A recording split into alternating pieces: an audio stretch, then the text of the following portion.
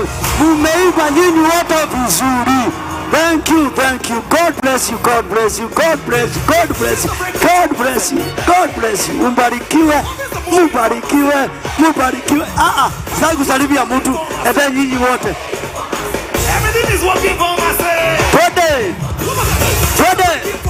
Twende tukiiba, twende tukiiba, twende tukiiba. Twende tukiiba. Twende. Twende. Twende. Yes. Everything is working for Twende. Let's go. Children of God. Children of God. Children of God. Children of God. Children of God. Will you shout hallelujah? Shout hallelujah to the Lord. Let's go. Hey. Come on, come. Twende. Kabisa. Ya. Sasa jipangeni haraka haraka haraka haraka. Haraka haraka. Weka space. Wako nyuma. Wasoge nyuma kidogo, wako nyuma. Ndio tusichikane. Laini hapana, usichikanishe laini ya bene ya nyuma. Weka space. Please. Weka space. Weka space. Wewe songa kidogo hivi. Songa kidogo hapo. Songa kidogo, songa kidogo. Songa kidogo ndio atoshe. Hivi. Haya. Tusonge. Haya, twende.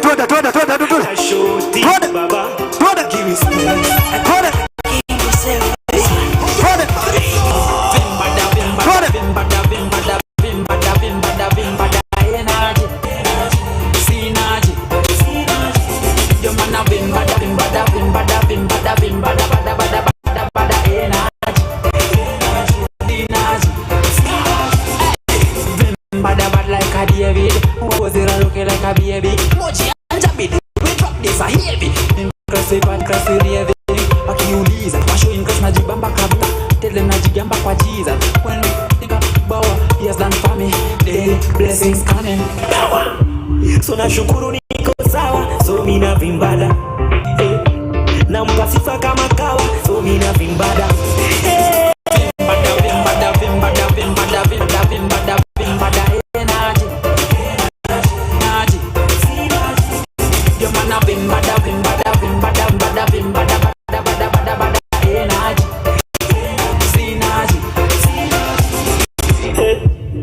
okay, alright, ishoti baba na ukimcheki hapa nimetoka pa na kauni ya mimi unaweza uliza show bila alisumbuka kwa soko alafu tukaugoka watoto wa songo sano hori ya tandogo. So nashukuru niko sawa, so mina vimbada na mpasifa makawa, so mina vimbada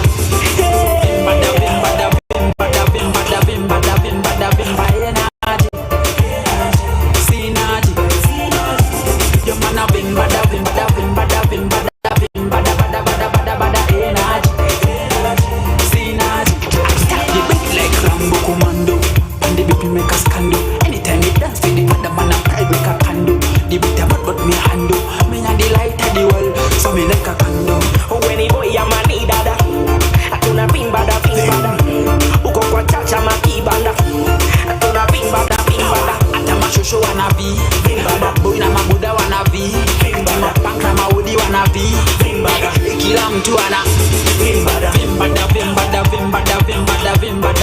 vimbada energy sinati yo mana vimbada energy sinati yo severe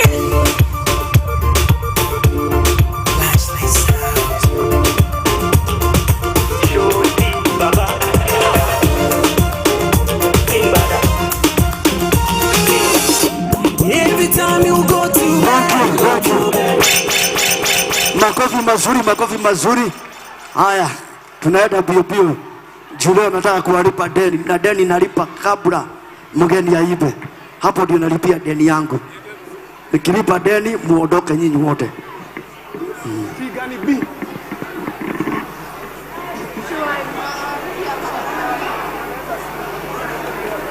We jipangeni mzuri haraka.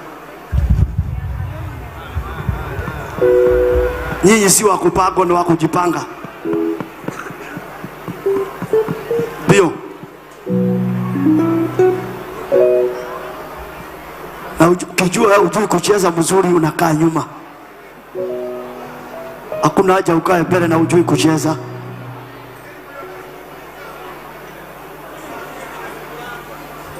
Haya, twende.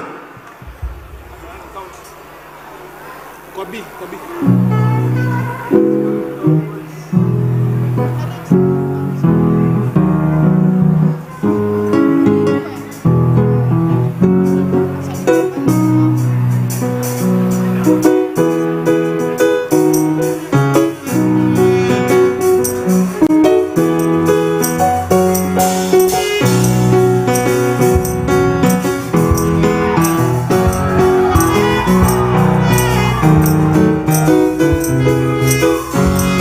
Mwokozi wetu Yesu Bwana wa mabwana, Mwokozi wetu Yesu Bwana wa mabwana, unaweza, nani kama wewe Bwana wa mabwana? Mwokozi wetu Yesu Bwana wa mabwana, Mwokozi wetu Yesu Bwana wa mabwana, unaweza, nani kama wewe Bwana wa mabwana? Mwokozi wetu Yesu Bwana wa mabwana, Mwokozi wetu Yesu Bwana wa mabwana, unaweza, nani kama wewe Bwana wa mabwana? Mwokozi wetu Yesu Bwana, Mwokozi wetu Yesu Bwana wa mabwana, unaweza, nani kama wewe Bwana wa mabwana? Tunalisifu jina lako, tunatukuza jina lako, wewe ni mfalme wa wafalme. Tunalisifu jina lako, tunatukuza jina lako, wewe ni mfalme wa wafalme. Tunalisifu jina lako, tunatukuza jina lako, wewe ni mfalme wa wafalme. Tunalisifu jina lako, tunatukuza jina lako, wewe ni mfalme wa wafalme. Mwokozi wetu Yesu Bwana wa mabwana, Mwokozi wetu Yesu Bwana wa mabwana, unaweza, nani kama wewe Bwana wa mabwana? Mwokozi wetu Yesu Bwana, Mwokozi wetu Yesu Bwana wa mabwana, unaweza, nani kama wewe Bwana wa mabwana? Mwokozi wetu Yesu Bwana wa mabwana, Mwokozi wetu Yesu Bwana wa mabwana, unaweza, nani kama wewe Bwana wa mabwana?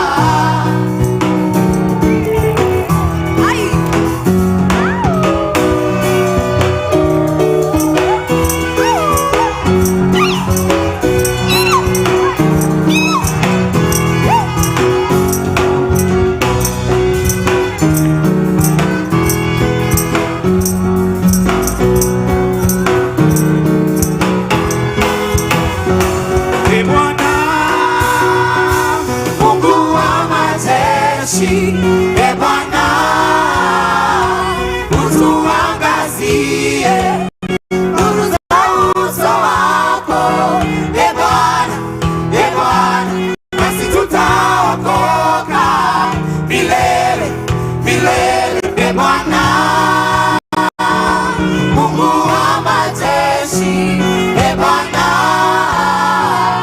utuangazie nuru za uso wako. Ee Bwana, nasi tutaokoka milele milele. Nuru za uso wako. Ee Bwana, nasi tutaokoka milele milele.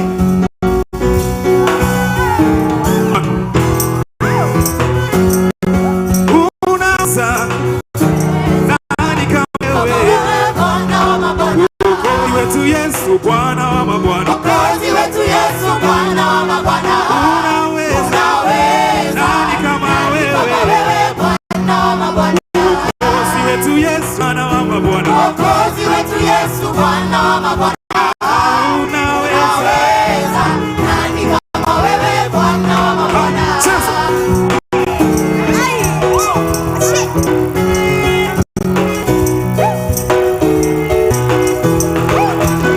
Mwokozi wetu Yesu Bwana wa mabwana, Mwokozi wetu Yesu Bwana wa mabwana. Unaweza, nani kama wewe Bwana wa mabwana? Mwokozi wetu Yesu Bwana wa mabwana, Mwokozi wetu Yesu Bwana wa mabwana. Unaweza, nani kama wewe Bwana wa mabwana?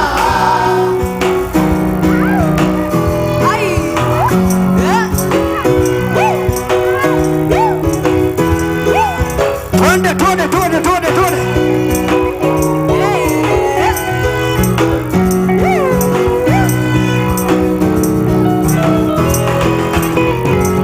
Mwokozi wetu Yesu Bwana wa mabwana, Mwokozi wetu Yesu Bwana wa mabwana. Unaweza, nani kama wewe Bwana wa mabwana? Thank you. Msiende bali. Wakimaliza tu mkuja mjipange hapa. Deni nataka kulipa na mapema. Haya, kujeni.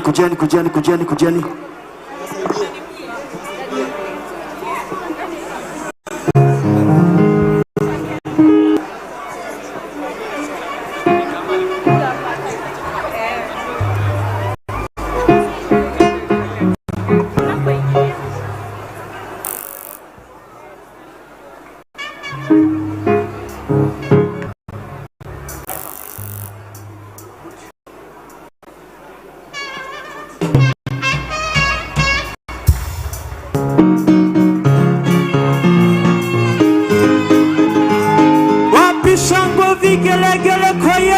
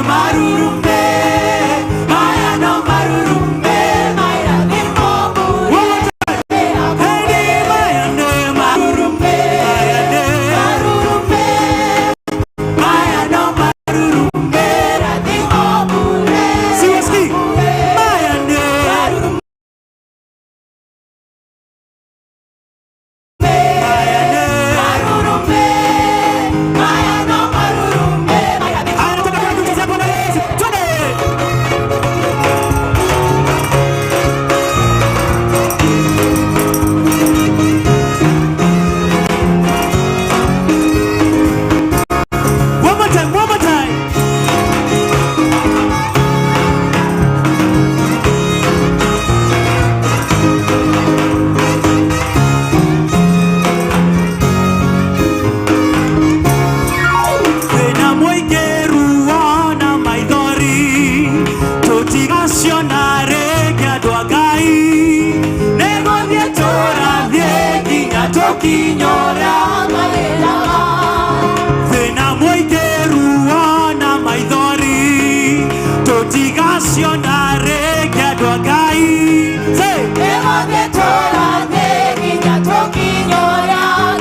Gani.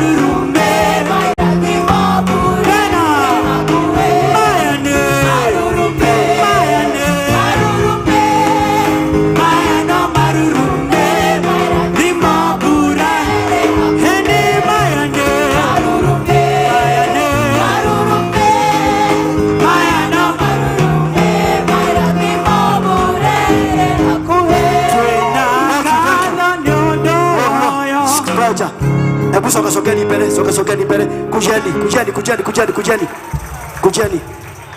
Kujeni. Mnalipa deni saa hii, sawa? Haya, ondoa microphone, ondoa hiyo mashini. Ondoa hizo mashini. Ondoa kabisa. Rudisha hapa nyuma. Peana microphone. Tupagane. Songa huku mbele. Songa. We. Nduthi na haria. Tuthie. Twende kabisa tafadhali. Twendeni mpaka mwisho. Twende huko. Rudi nyuma kiasi. Hivyo. Twende, panga line hapo. Twende. Sasa. Toa. Twende. Hapa hakuna watu. Wewe kuja Yero. Kuja hapa, watu ya Yero wengine wakuja hapa nyuma. Hapo DJ. Huko. Twende wewe angalia. Upande hii narudia tena upande hii. Msipoiba nafanya hivi, mtoke mwende, sawa? Haya. Uraba shakaraba bozai. Weka wimbo.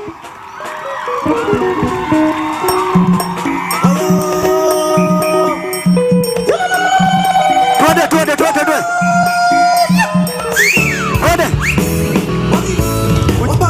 Yesu Kristo wa Yawora. What do you want?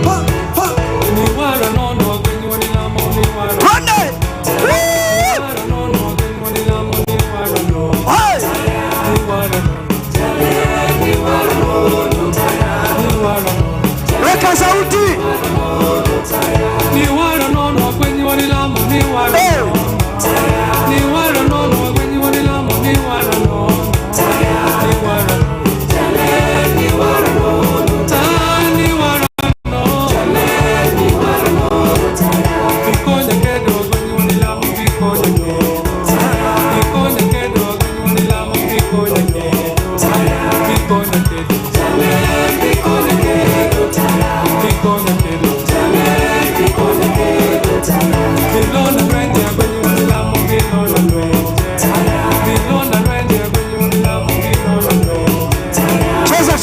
Cheza.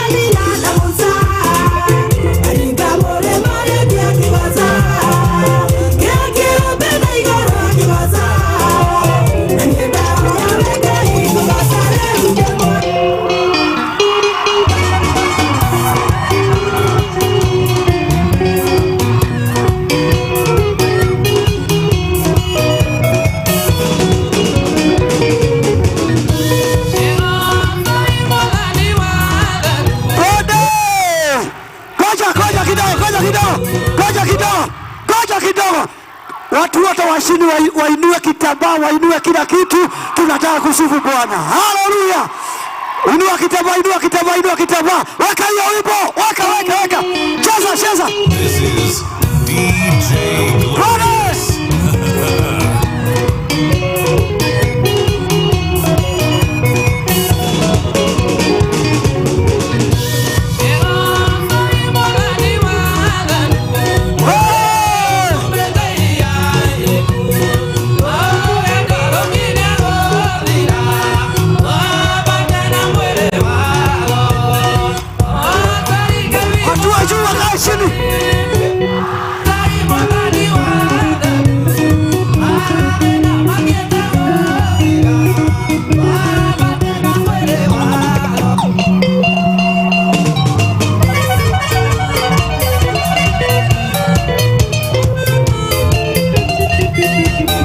This is DJ Glorious.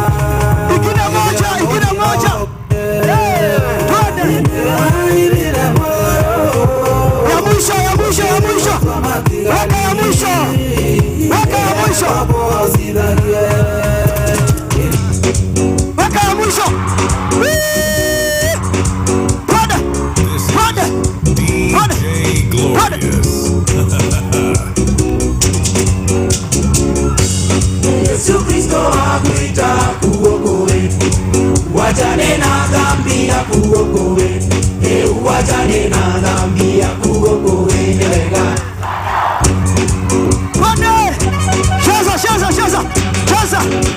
Cheza tukienda. Baba na mama Bwana Yesu awaita, waokoe mwachane na shetani, hata nyinyi vijana mtaokoka, waokoe mwachane na shetani.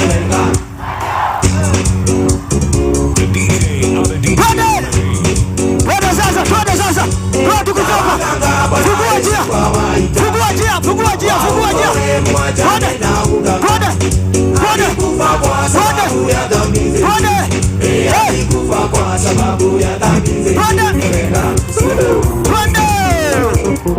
Twende. Weka ingine ya kutoka. Weka. Twende. Cheza tukienda. Cheza tukienda.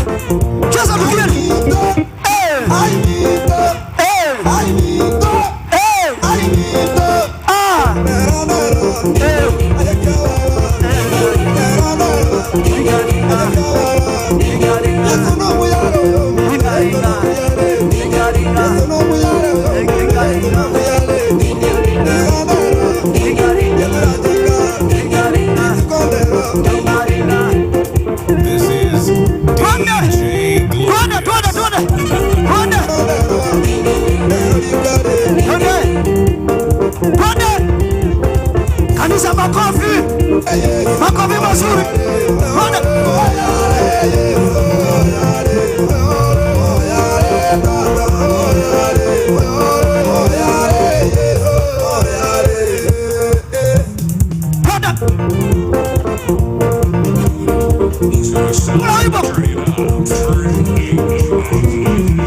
Cheza.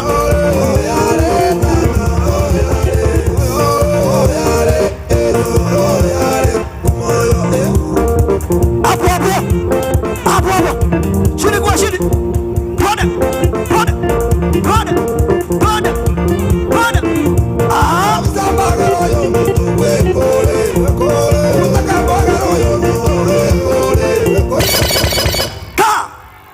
Wapi makofi na shangwe? Makofi. Thank you. Hallelujah. Sasa nimelipa deni ya Sade, sina deni. Ni kweli? Nitasema nini? Hapana. Wacha tufanye hivi. Sababu mgeni akona dancers wake. Tumkubalie akuje na dancers wake.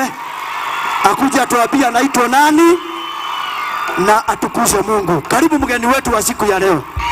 Karibu mgeni. Karibu sana. Welcome. Thank you. Hallelujah.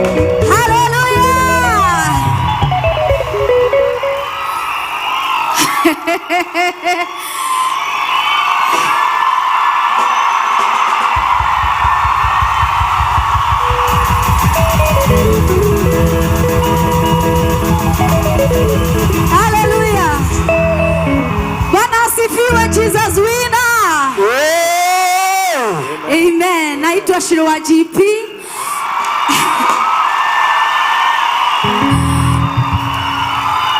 Na nimeokoka. Yesu ni Bwana. Mimi ni mwimbaji wa nyimbo za sifa na nimeimba nikiwa nimeokoka. Hallelujah. Nimeokoka. Na nafurahia siku ya leo kuwa hapa. I think the last time I was here ni kama 10 years ago. Na bado naona ya kwamba mko na utukufu. Inywe kamwe mosha motage viraga. Inywe mosha motathiraga. Bwana asifiwe. Asante sana Bishop. Asante sana Daddy. Shiro GP. Bishop. Bishop ni yule? Oh. Huyu anaitwa Apostle James Kiongo. Munafanana. Ni mapasha toka nitoke. Bishop Mwai, asante sana. Thank you so much baba yetu. Asante kwa ajili ya kuwa baba wa taifa na baba wa kanisa. Nashukuru.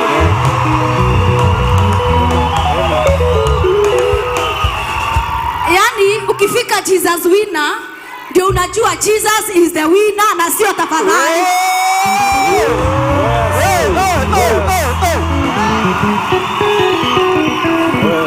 Tulikuwa watu wakiimba hapa, nilikuwa nasema ya kwamba yani kama mbinguni haitakuwa hivi ni aje zingine sasa ni ati oge matuine gogakoroko hano kabisa matuine gogakoroko hano matuine odoge. Haleluya, mbinguni kutakuwa hivi na Jesus winner inakuwa mfano ya kwamba vile mbinguni itakuwa tunafanya practice. Ndio.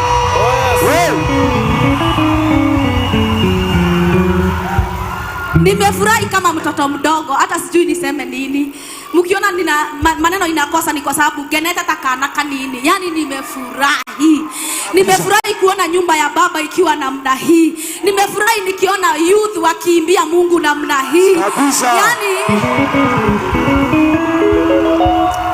Bishop wetu ile generation na ile impact tumeleta katika kanisa la Kenya ni Mungu tu anajua. Kabisa. Hallelujah. Amen. Amen. Sasa nitakuwa nikisema mimi ni wa Jesus winner. Hallelujah. Amen. Acha nitumsifu Bwana. Hii ndio timu yangu. Wako hivyo na kuna wengine pale, kuna Moshemi anacheza gita. Tusikie kama gita iko sawa.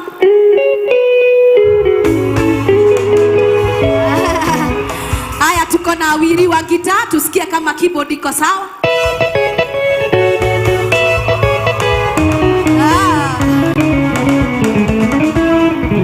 Na tuko na Kevin wa marefe, wacha tusikie kama marefe iko sawa.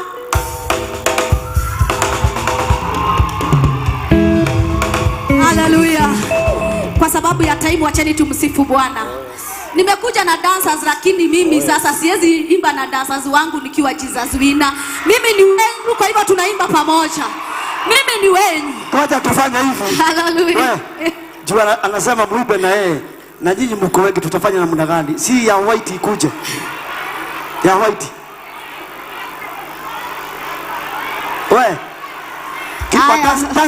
Wale vijana wana dance wakuje peke yao. The best dancers. Dancers peke yao. The best dancers. Dancers peke yao. Tafadhali.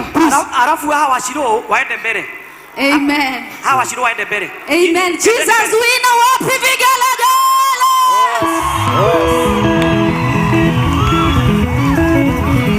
Sasa tusimame kwa miguu yetu tumsifu Bwana. Tusimame. Msiwakataze wale wanajua kuimba, msiwakataze wale wanajua kuimba. Niona. Wale unajua si wadhaifu wanaweza kuongezeka hapo.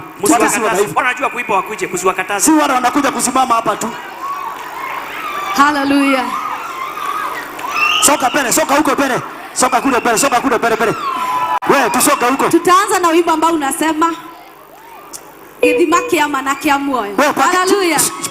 Pakeni laini. Hebu ngoja kidogo. Wewe, hebu tupakeni laini. Kuja hapa nyuma. Hapa nyuma. Wakitosha nitasema wametosha. Kuja pele. Twende mwisho kabisa.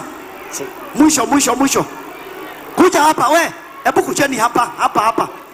Hapa nyuma. Hapa niko. Hapo. Haya, hawa wametosha tafadhali. Juu tuweke wengi. Sasa pakeni laini mzuri we. Hebu kujeni hapa. Kuja hapa. Paga laini mzuri. Haya, paga hapa we kijana. Hebu pakeni mzuri hapa. Hiyo laini ya pili naye jipage mzuri. Hapa katikati amjajipaka hapo katikati. Hebu apake mzuri hapo.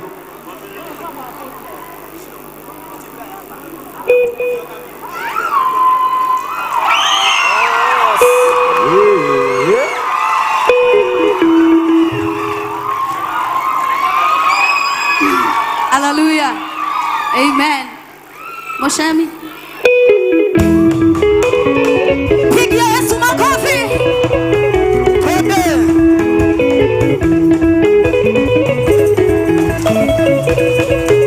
Eni gushagai yechete ketia nikakuonera na maitho makwa eforori waria me ngoro yakwa ngerikoteka na nĩngũkũgooca na ngũkũgeria wachema rwĩrigo ate marũi mbara yakwa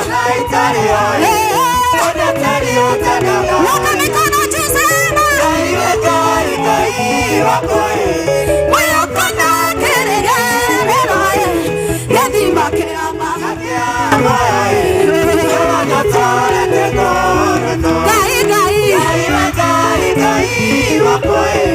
mwĩokona kĩrĩgĩrĩro ate gĩthima kĩama pigia Yesu makofi.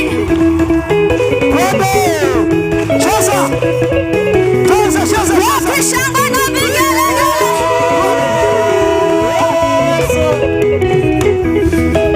Yote mwenye daktari wae. Nani atashikare. Ate matuko mwana mambo yako. Nikorere maine. Kenanyere iradimo. Ate ire chaimago. Weka mikono ruka sana.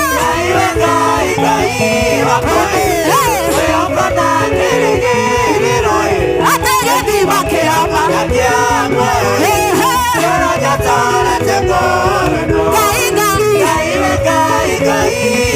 Ngai witũ. Ate gĩthima kĩama. Ruka, ruka, ruka, ruka, ruka, ruka. Wakishangwa na vigelegele.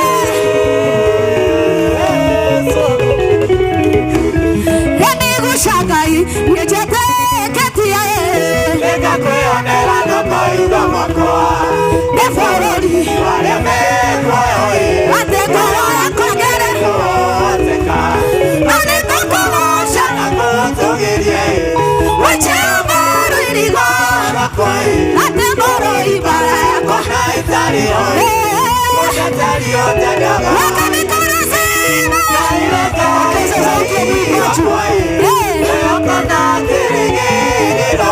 ate gĩthima kĩama.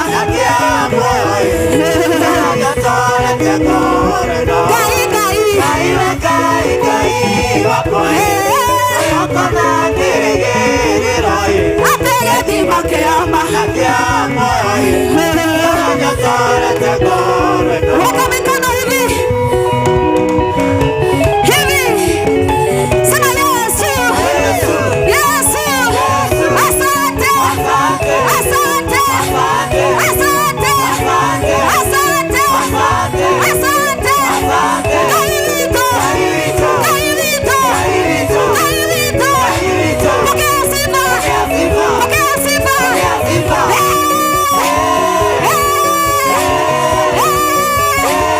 Ruka, ruka, ruka, ruka, ruka.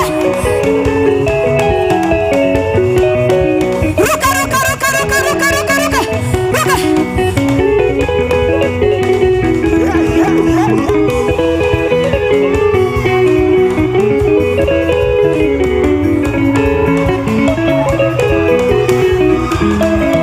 We mashama tandiraga. Hey.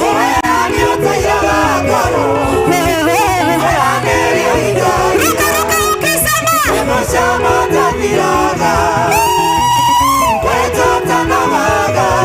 Hey.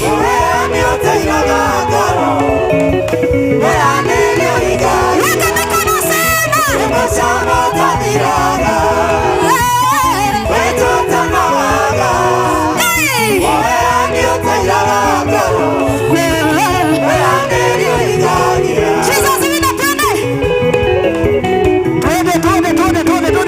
Jesus,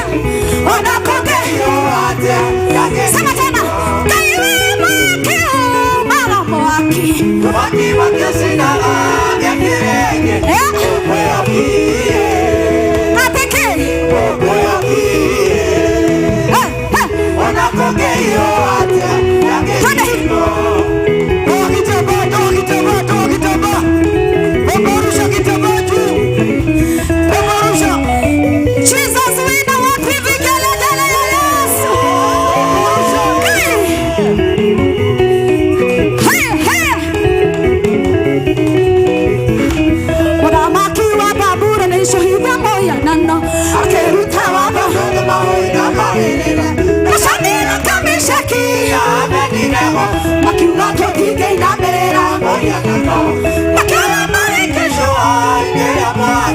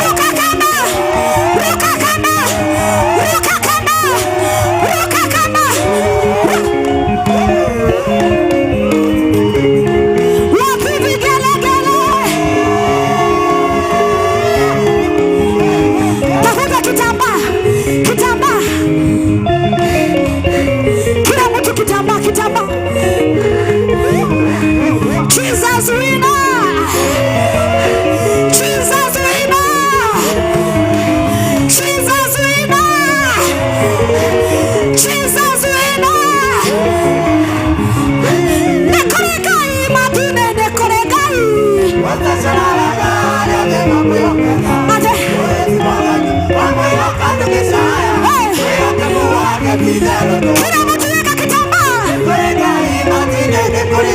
Ndugu. Ate.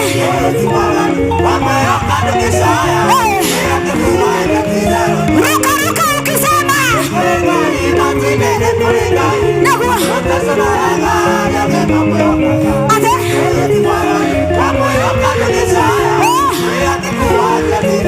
Tembea kidogo ukisema. Tembea tembea.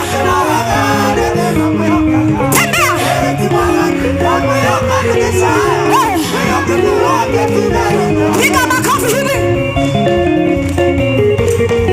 Haya. Piga shamba na vigelegele. Nekwanira arianda mambo ya maigwe. Ate Daudi ametaga. Na kibura ndani ona. Wamekoya kugutera. Peperusha.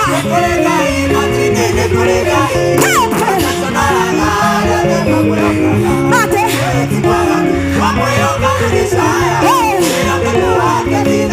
Peperusha.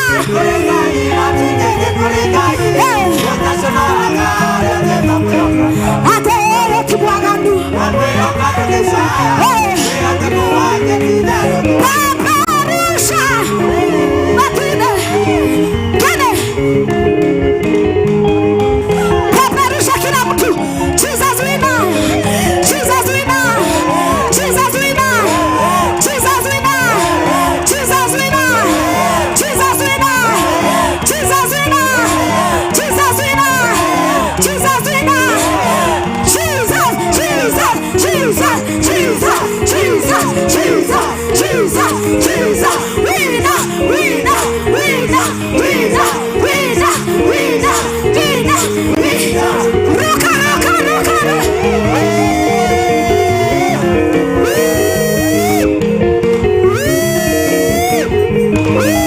Zunguka zunguka.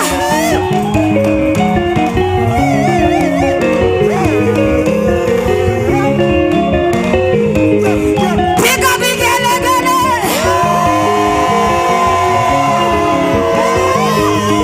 Twende.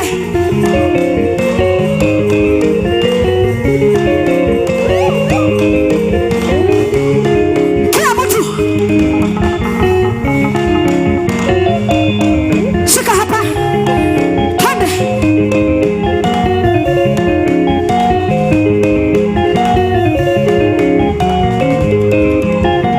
Sasa nataka turuke kamba. Kila mmoja ambia mwenzako nipatie space kidogo.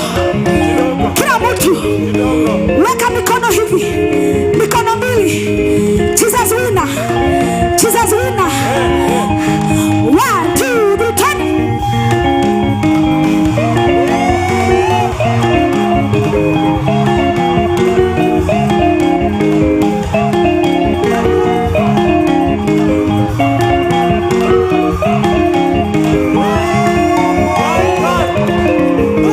Weka mikono hapa.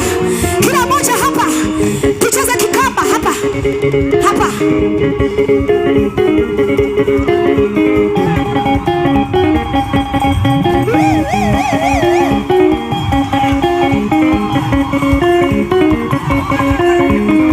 Dada kwetu yenga iwako. Dada kwetu ya tata. Dada kwetu yenga iwako. Dada kwetu ya tata. Shika hivi. Twende.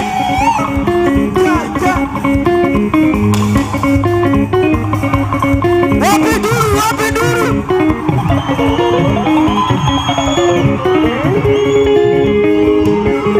Piga vigelegele. Shika hivi. Kila mtu shika hivi. Chezea Yesu piano. Piano. Twende.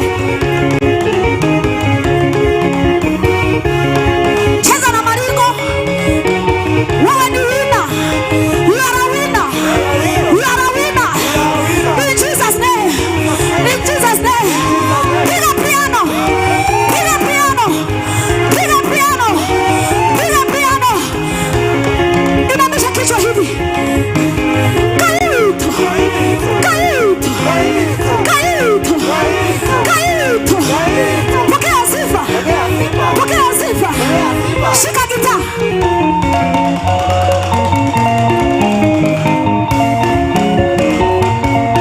Cheza gitaa.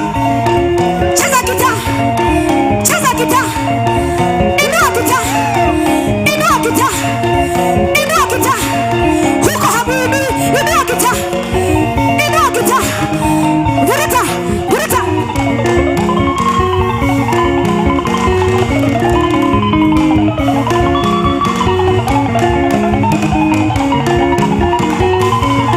Sasa chukua biti ya drum. Moja, mbili, chezea Yesu drum twende.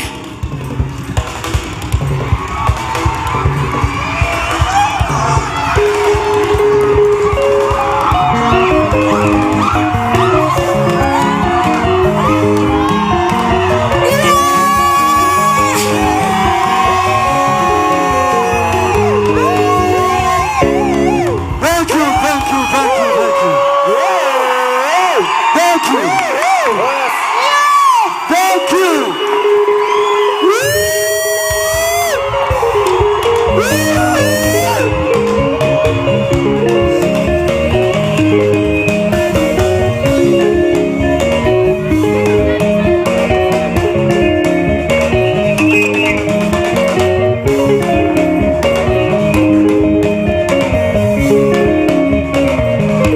Twende, twende, twende, twende, twende, twende. Twende. Simama na bibi yako. Simama.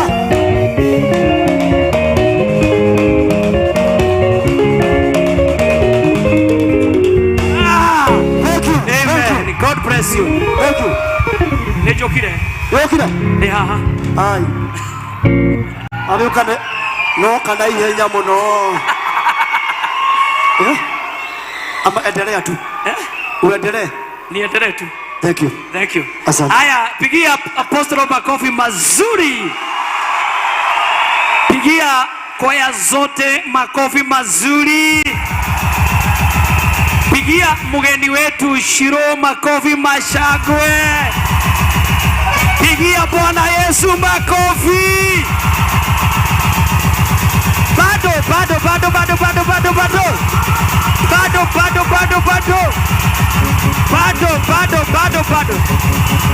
Thank you.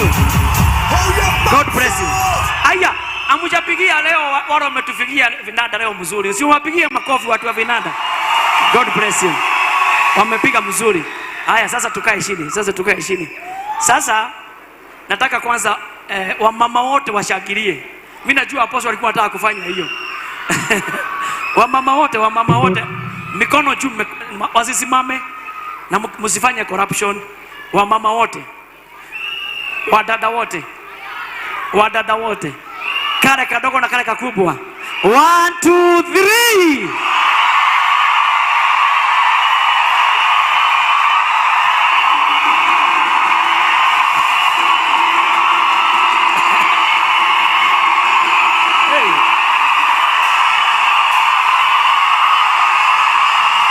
Haya.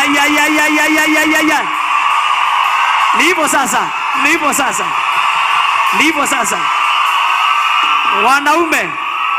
Wanaume tukishindwa nitakaa chini. Wanaume 1 2 3.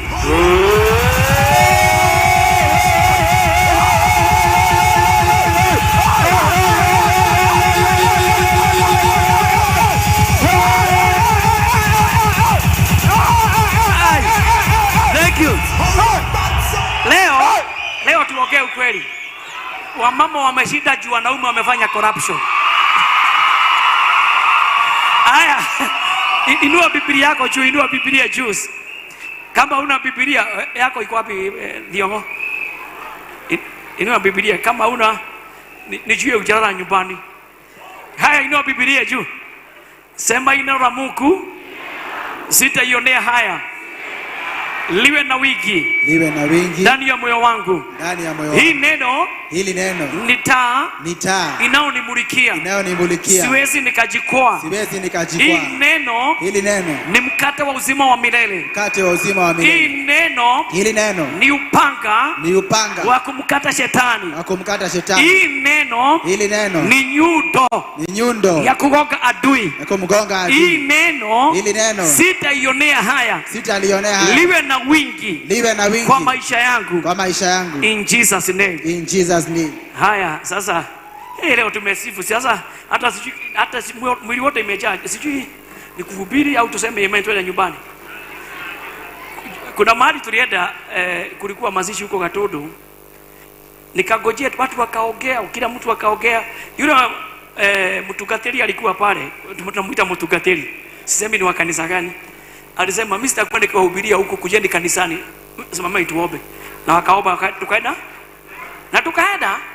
Mimi nikiona kama ni mchezo, alikuwa amemaliza, akaniambia bishop, kuja usalimiane. So ni mzuri kuhubiria kanisa, ni hela mnataka tuhubiri kanisani, huko ndio tunakutana. Mwambie kuna Mungu na Mungu atazidi kuonekana. Ambia mwenzako tutie wengine moyo, na tuache kumaliza vipawa, tujenge vipawa. Unajua nasema hivyo kwa nini? Ukiangalia siku hizi watu wengi wanamaliza vipawa. Sauti yetu ni mbaya, Kevin. Sauti ni mbaya. Ni eko au ni haikuji? Hata iko chini. Watu wanataka sauti. Wanasema pastor amechoka, anataka sauti. Ni kweli nimerukaruka pale sana. Unajua akisema nekorigai nani kwa wewe? Amen. Very good. Abia mwenzako si mzuri kumalizana, na si mzuri kumaliza vipawa. Na nimesema hivyo kwa sababu siku hizi muangalie kwa mitandao, mtu ukiwa umeinuka, either wewe uko na kipawa, ni muibaji, wewe ni mhubiri, wewe unafanya kazi fulani, watu wanakuko agongi wewe kale kana shomo, semeni hiyo ni pepo. Na leo hiyo ndio nataka kuhubiri mambo 7, ni mambo 6 lakini 7 ambaye Mungu anashukia. Ambia mwenzako mambo 6 na ni 7 ambaye Mungu anashukia. Sema mambo 6 na ni 7 Mungu anashukia. Kwa hivyo kuna mambo 7 Mungu anashukia sana. Amen. Ambia mwenzako leo tunafundishwa, leo sio kuhubiri, ni kufundisha. Apostle alituhubiria Sunday. Ndio wakati wanakumbuka tulisoma kitabu gani? Safania. Akahubiri mpaka sisi wote tukasimama. Leo siwacha nifundishe, si ndio? Haya, Reverend Mathege. Yes. Lakini kabla Pastor Mathege hubiri, hebu fanya kidole chako hivi. Fanya hivi. Usifuge mkono, mimi nimekuambia ufanye hivi. Usinielekeshe, elekesha huyo mkono naye. Elekesha huyo mkono naye. Wewe unaona ni vidole gapi miangalia neighbor yako? Hizo zingine zimeangalia nani? Kwa hivyo wewe tukiongea hii neno, ujuage kidole moja ndio ya neighbor yako ni 4. Hebu fanya tena hivi wewe. Mwambie wewe. Hii neno tunahubiriwa ni lako. Lakini vidole 4 inasema ni yangu. Kesha hiyo mwingine, mwambie wewe. Na usimwelekeze na vidole 2, kimoja. Mwambie wewe. Hii neno ni lako. Alafu uniambie vidole zingine ni za nani? Kwa hivyo tukiongea usiangalie neighbor sana. Juu makosa ya neighbor ni kidogo, mingi ni yako. Usiangalie neighbor sana. Juu watu wengi neno likihubiriwa sema na hiyo ni ya neighbor, na hiyo ni ya fulani. Sema ni yangu. Amen. Nataka kuongea mambo kadhaa. Na mambo ambayo nataka kuongea, ile sana nataka kuhimiza ni mambo ya umwagikaji wa damu. Sema umwagikaji wa damu.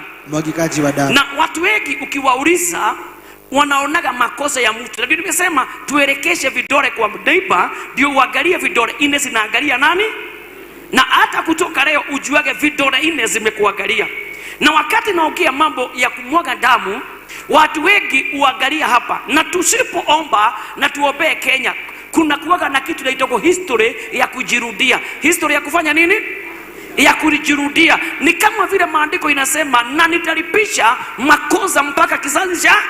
Kwa hivyo every after tuseme kama 10 years lazima jambo fulani litatokea, na litalete shuki, au miaka kadhaa italete shuki, ndio watu wakosane. Na hii jambo kila mtu wako hapa ajue ya kwamba hii mambo ya damu sio mtu mmoja amemwaga, si mtu moja. Juzi nilikuwa na washugaji hapa last Thursday iliyopita, wa Kenya mzima wale walikuwa wamekuja, na wakawa wamebeba wafanyikazi, na mfanyikazi mmoja alikuwa amekaa hapo amekaa, alikuwa askari. Nikisema hivyo akina Reverend Mathege na kina Kibiogo watasema ninasema ukweli au ukweli. Na nikaambia watu, nilikuwa nawafundisha vile watu wanaonaga makosa ya mwingine aoni makosa yao. Na ndio Yesu so ndio Biblia inasema, Yesu akasema kabla uende ukatoe ile nini ile majani iko kwa neighbor, toa ile iko kwako. Mwambie toa yako kwanza. Toa yako kwanza. Unajua unapenda kutoa ya jirani sana. Unajua kuangalia nywele ya jirani sana. Unajua kuangalia makosa ya jirani sana. Yaani kila kitu unaangalia ya jirani, makosa ya jirani, lakini hujaangalia yako. Ndio. Amen.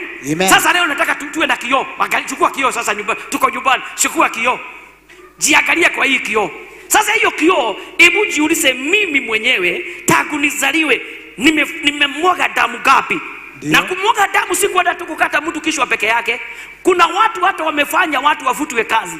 Kuna watu wameharibia mtu jina, mtu analala akilia usiku na mchana, mpaka anapata answers au anapata kinonda anakufa kwa sababu ya uchungu. Ndio. Hiyo ni kumwaga. Na kuna damu ilimwagwa, ile ambaye ilimwagwa, na damu ijaanza leo. Acha niwaambie leo, na nataka tukiomba tuombage mpaka msamaha ya dhambi, damu ambazo zilimwagwa kitabu. Unaomba mpaka ya shosho yako na nyanya yako. Amen. Sisi hatuendi kuamsha hiyo miungu, tunaombaga Mungu wa Ibrahimu na Isaka na Yakobo. Hatuinamii miungu iliyokufa, lakini tuna imani ya Ibrahimu na Isaka na Yakobo. Haya, hatuitaki Yakobo akuje tufanyie kazi. Hatuitaki Ibrahimu atufanyie kazi. No. Tunashika ile imani alifanya. Ndio. Na imani. Na kama kuna makosa ilifanyika, ile makosa tunaiweka kwa kioo, tunajiangalia. Haleluya. Ndio nimesema kila mtu leo achukue kioo yake. Hata kama una kioo, chukua mkono yako, fanya hivi, angalia mkono yako, sema mimi bila makosa niko naye ni miki. Bila makosa ni mimi. Kwa sababu ni gani? Kutoka mwanzo Kenya ndio ipate uhuru. Ndio ipate uhuru, kile ilifanyika ni damu ilifanya nini? Ilimwagwa. Na guka yako na shosho yako alikuwa hapo. Dio. Na wewe unasemaga fulani amemwaga damu, lakini hujai sema damu ambayo ilimwagwa na shosho yako na guka yako, nani alikuwa amempatia ruhusa ya kumwaga? Tutoke hapo. Ile serikali ilifuata. Kuna watu pia hata viongozi walikuwa wakubwa, akina nani, akina JM, akina nani na akina Kimathi walikufa. Si ndio? Waliuawa na wale walikuwa wakati si ni damu ilimwagwa kwa mshaka. Si inalia mpaka leo. Hii mashida mingi tunapitia ni ile damu ilimwagwa. Mimi siongei nyabusi na ng'ombe, naongea damu ya mwanadamu. Tutoke hapo tukakuja kwa hii ingine. Ilikuwa ya si ilimwagwa. Kuna watu akina Tomboya, akina nani na watu wengine huko Kiraches na wapi, kuna watu waliuawa. Is it true? Ukiulizwa unaweza sema ni Moi aliua, na maybe hata Moi hakujua kuliuawa.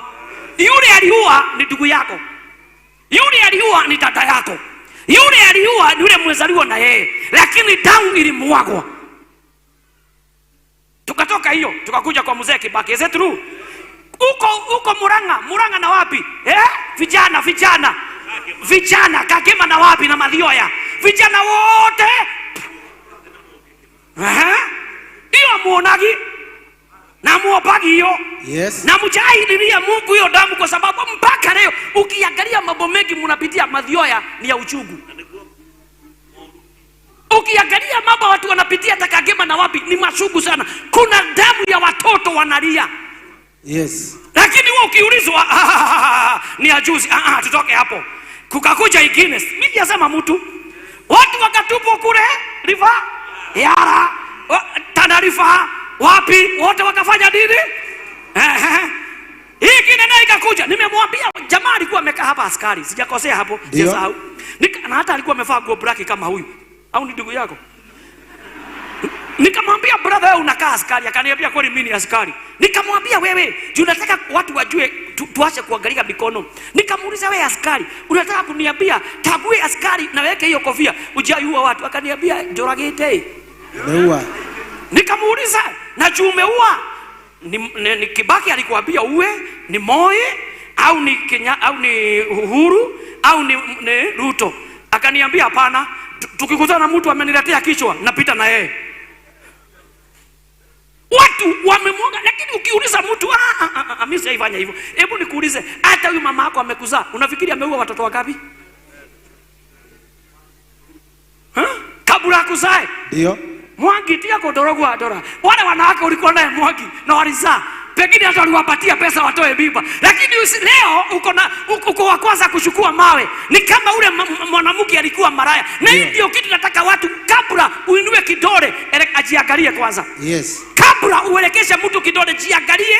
Yes. Jiangalie kwanza. Hata wakati kuna watu walioa mpaka Moro na wapi. Yes, true. Ndio. Na pengine hata ulikuwa kwa hiyo wakati ulikuwa unashapa watu sana, lakini leo uko hapa, you are very holy. Leo umejazwa hata lugha riba shandaria unaenda mbinguni. Na watu wakiongea mabaya you are number 1. Mwambie toa ile iko kwa macho yako kwanza. Toa. Mwambie hata mikono haijakauka, hata mikono haijakauka. Mikono haijakauka. Ndio. Is that true? Yes. Patrick, sikumaanisha ati ule bibi ndio alikuwa wa kwanza.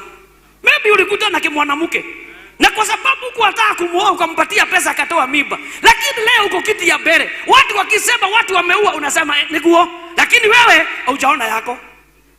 Viongo kabla uoe juu ulikuwa na shida mingi sana. Pengine ulikutana kimutu ukapita naye na ukampatia mimba wewe na ukampea pesa akatoa. Lakini leo you are very holy. You are very holy. Hata watu wakiambiwa enda mbinguni utasema mimi nakaa mbele. Mimi nataka leo kila mtu ainue. Kama unajua hujakosea, wazazi wako hajakosea, nani hajakosea, inua moyo uinue uoge mtu. Kabla uoge Kenya mzima, kwanza tuangalie kule tumefanya. Kweli. Kabla tuseme fulani amefanya, wewe angalia ni magapi umefanya. Mtoto wa mwenyewe alikosa kusoma juu mama yako alikuwa mchawi. Ndio. Watoto wake walikosa kwenda ng'ambo juu anti yako alikuwa mchawi, alikuwa na nyoka. Lakini leo uko hapa riba sanda rababoria tunaenda mbinguni, lakini kwanyu ni wauaji. Ni wauaji. Ndio. Hata wacha kuua. Kuna hata unaona ile kireba huyu yako naye na siyasema ni yako. Pengine hata mlikuwa mnanyoka hivi mkifuka watu wasibarikiwe. Hiyo ni kuua. Mtu yote alifuka mtu asibarikiwe, uliua. Ndio. Hiyo damu inalia. Haleluya. Ambia mwenzako wewe ni mchawi na ni muuaji. Ni muuaji. Sai hapa tuko very holy. Zile mimba imetolewa hapa imeua. Wacha mama yako, wacha nyanya yako. Wewe hapa zile mimba imetolewa hapa. Na kuambia leke kwile tukifuka macho tuseme hata TV fugwe. Watu wainue mikono ndio utajua watu wameua hapa. Hapa. No adhi yakete. Unasikia? Adhi yakete. Lakini leo uko hore. Leo hata watu wakihesabiwa watu wameua, utasema mimi sijaiua. Diongo utasema hujaiua. Lakini ukweli kako kanalia. Gotire modo na kamodo. Hakuna mtu na kamutu. Ndio. Kama uliua. Kweli. Haleluya. Kama ulitoa mimba, huyo kwanza pengine ulitoa mchungaji. Na acha niseme ukweli, pengine ule mtoto uliua angekuwa anafanywa birthday every year. Sasa birthday yake ni kilio kila mwaka. Lakini hapa ile mambo inatufuata ni kilio ya ile damu iko kwa mchanga. Ndio. Ukiulizwa utasema Kaini alikuwa mbaya sana. Aliua ndugu yake. Maybe wewe umeua ndugu yako na maneno ya uongo. Unachukua maneno unawekelea ndugu yako, unawekelea dada yako na hajafanya kitu kwa sababu unataka kumumaliza. Wewe na Kaini hamuna tofauti. No different. Kuna mambo 7 Mungu anashukia. Soma Pastor Madheke, kitabu ya Methali 6. Soma dadi. Kitabu cha Proverbs. Sasa umutirario muthe mutikethio mara. Leo hamwezi amuka kiti. Mtu akiulizwa kile amefanya hapa. Hata ulienda kwa mganga ndio kazi ya mtu iharibike. Hata hata ile kazi unafanyaka na mambo ya uganga ndio mwingine aishe. Na sasa hiyo uko hapa leo umejazwa sana, hata wakati wa GP alikuwa naiba, hata nilikuwa naona mnafanya hivi. Hata Yesu akerudi leo akekuja akaenda telefoni 10. Lakini wacha aulize leo wale wameua, hakuna mtu ataenda mbinguni. Ndio. Sasa mnaniangalia kama watu wamelala. Laleni. Sasa macho huwezi niangalia mzuri. Kwa sababu you know kile ulifanya. Unajua? Yes. Kabla ukuje Jesus Winner brother, ni magapi ulifanya? Kabla ukuje Jesus Winner, ule mama mlikuwa na yeye. Pengine ulimwambia ndio turudi kwa kazi, tutoe mimba kwanza. Wewe mkaua. Lakini sasa hivi mtu akiulizwa nani aliua tangu apate uhuru, wewe huwezi inua mkono. Lakini wewe ni muuaji, wewe na Kaini your brothers. No difference. No different. You are brothers. Pastor Mother. Umuthi aishi noraga nimeo huko. Soma dadi. Kitabu cha Methali. Soma baba. 6 kuanzia 16. Soma. Kuna vitu 6 anavyochukia Mwenyezi Mungu. Kuna vitu 6 Mwenyezi Mungu anachukia. Naam. Vitu 7 ambavyo ni chukizo. Ambazo ni chukizo kwa Baba. Ya kwanza. Macho ya kiburi. Macho ya kiburi. Sema macho ya kiburi. Mungu anachukia watu wenye kiburi. Sema Mungu anachukia kiburi. Mungu anachukia. Aya, mwambie Mungu hapendi kiburi. Unajua kuna watu hapa, wacha nikuambie, watu wengine hata kukosa kubarikiwa ni juu ya kiburi. Wacha niseme ukweli. Watu wengine kukosa kubarikiwa, Mungu anajuaga akikubariki wewe utakuwa ninaonaga saa nyingine watu wakiakti Nigeria na hiyo kitu inaweza kuwa ya ukweli. Unaona saa nyingine ule mfanyikazi ameandikwa, bosi akikuja, hebu lala hapa baba, bosi akikuja, gari imewekwa hapa, anakanyaga huyu ndio aingie kwa gari. Kuna watu hapa wanaweza kukukanyaga hapa. Kuna watu hawezi kutaka, wanaona kama dunia ni yao kwa sababu wako na roho ya kiburi. Sema roho ya kiburi, amuka dadi. Roho ya kiburi. Yes. Ambia mwenzako toa roho ya kiburi. Yaani hata watu kwa kijiji hawezi kaa juu yako. Juu kiburi, mikono inaendaga hivi. Juu umebarikiwa. Lazima watu wakutambue who are you. Unajua mpaka watu saa nyingine anakojeka mpaka mkutano kwanza ianze ndio aingie aonekane akiingia. Ni kiburi. Ni kiburi. Hata saa hii Pastor Moi anakaa kwa boardroom mpaka apostle amalize kuongoza. Alafu akimaliza anasema now is the time to invite the bishop of Jesus Winner Ministry, overseer Edward Mwai. Saa hiyo najifanya nimefungua mlango, watu wanapiga wanashangilia. Sema hiyo ni majivuno.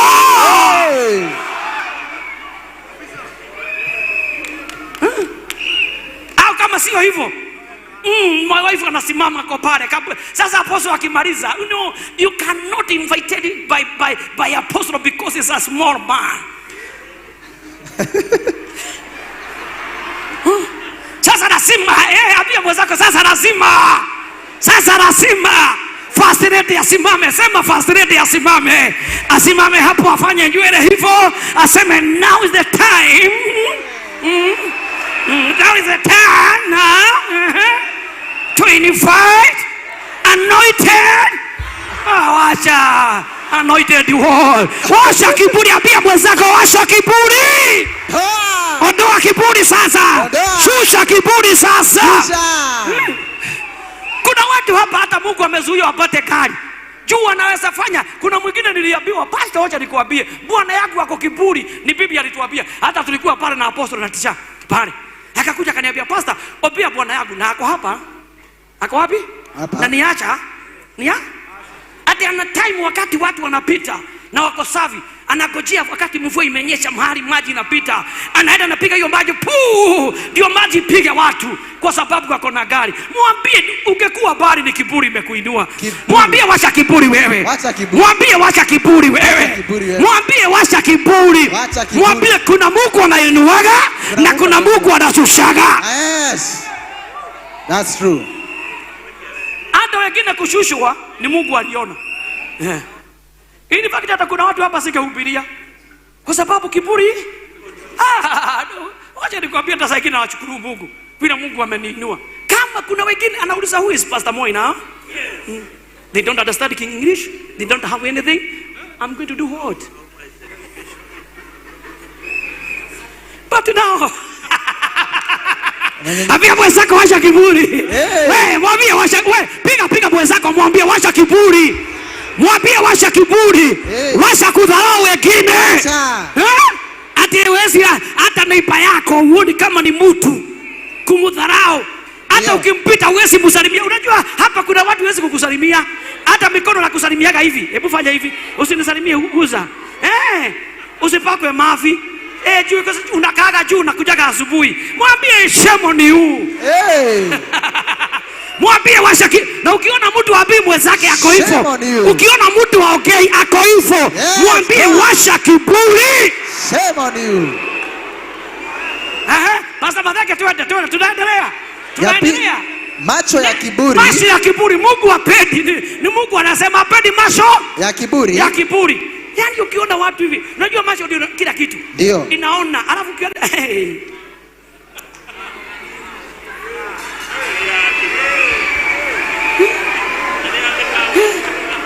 unajua kuna kitu mimi naambiaga watu yangu hata na nyinyi mimi msiwe mkinifungulia milango saa nyingine. Mimi sipendi kufunguliwa milango hata ya gari. Mimi nataka kujifungulia. Mimi naonaga kama ni kiburi unafunguliwa. Ukweli mimi sionaga ikiwa mzuri. Hapana. Kumwone kuetea. Kila kumwone kuetea. Wakati ya huko anaye kwa nini huko unafunguliwa? Washa mariko. Habia mwenzako washa mariko. Wacha. Kuna wengine hapa. Ameenda na mtu na ni dereva yake. Akifika kwa hoteli anaacha mtu nje anaingia kukula. Anatoka huko akifanya kama mtu hivi ya nyama. Wewe na uko hapa Jesus winner na tunaenda mbinguni na mimi hatuendi na wewe.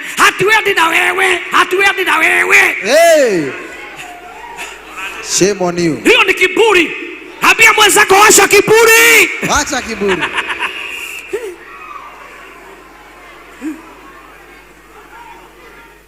Kiburi baya.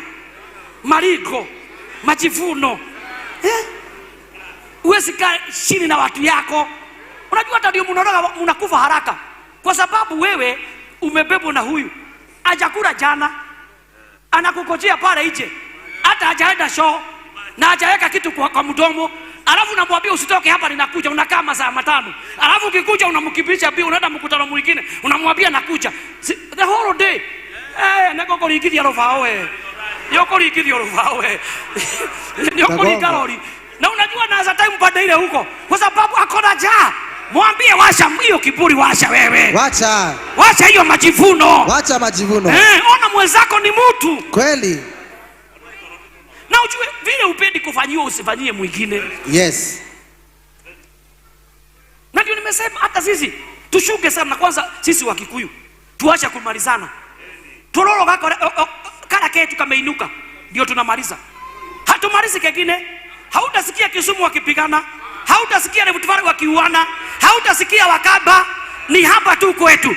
Sema hii roho imeinuka hii tukemee ishindwe. Sema ishindwe. Yes. Soma dadi. Ulimi mdanganyifu. Hapa kuna watu wanapenda uongo. Na unajua siku hizi ukiongea uongo upake uongo mafuta ndio watu wanakupenda. Kwanza unasema haki ya Mungu mkayombwe. Unajua shuleni tulikuwa na vijana, sio kama nyinyi mlikuta. Vijana walikuwa waongo. Na wanajua kabisa ni uongo na hapa. Maka ikayombwe. Amaitonya bura. Amaito wakare. Nani alikuta hawa watu? Walikuwa na hapa kitu ya uongo inakania. Na hata siku hizi watu wengi yule anaongea uongo ndio anapendwa.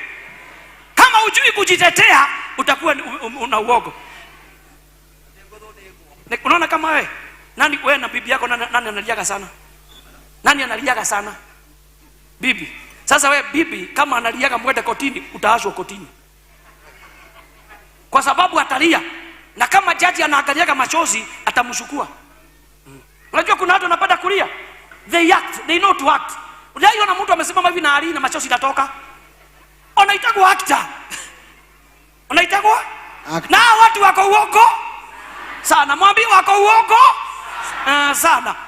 Unless kuwe na mtu wa kukutetea, utabaki jije. Ulimi mdanganyifu, mtu muongo. Ndio. Kila kitu ni kudanganya. Yes. Hata Mage hata alitoa mimba tu. Alitoa mimba 3 huyu. Huyu namuoa moja naye wapi huyu? Ametoa mimba 3. Kayo muatekana nake. Shughuli fulani. Na hajawahi ona hata ametoa mimba hata moja. Dia muharibie. Hata unaweza chukua mtoto wako umpatie juu ya uongo. Ujai kutana mtu kama huyo? Anakutakanya mpaka unamnunulia chakula na ni uongo. Ujai ona kuna hata wamama akitoka kanisani hadi nyumbani kwake. Leke gwere nyina nyabura. Leke acha nikuambie. Mbele za Mungu leo. Pastor alikuwa wacha nikuambie. Wajibia akamaliza kuiba. Wacha pastor asimame. Wacha tusomewe. Atoki. Ni chakula anagojea. Kwake apikagi. Mzee anagojea mama anakula chapati kwa wenyewe. Wewe wacha uongo. Wewe tika mahedi. Mwambie wacha uongo. Yes. Si lazima uongee uongo ndio usaidike. Kweli? Is it true? Yes. Ujawahi ona mtu ameenda mpaka anaongea kwa mzazi kitu ya uongo na inakaa ukweli? Maheni. Na inakaa ukweli. Mtu anaweza karaga uongo. Inakaa ukweli. Kuna watu wanajua kukaraga uongo. Inakaa ukweli. Hata inanuka kama nyama choma. Na ni uongo tu anaitengeneza kama korofa inatengenezwa. Alakekule alakekule baba ya Maina nimemwacha kabe sai unaona kimama kaule mzee alikufa saa mehamwe oka naja muona ataka tu kuharibu nyumba ya Mungu juu ya uongo. Abia mwenzako washa uongo.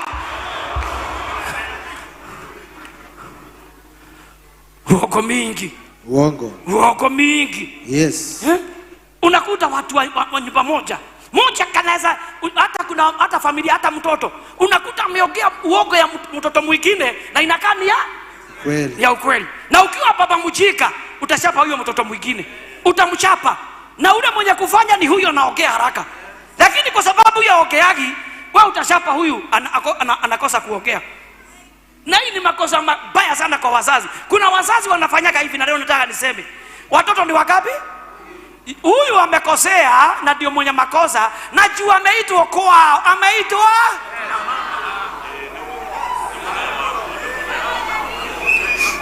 Nirudie tena.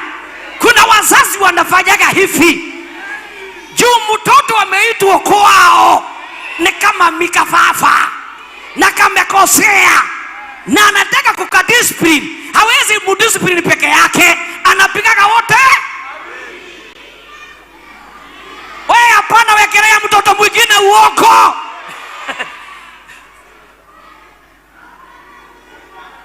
Atatakuwa. Watoto wanasema ndio. Mnasemaje? Ni ukweli. Mnapigaga bure. Wapia wazazi wache ndio maneno.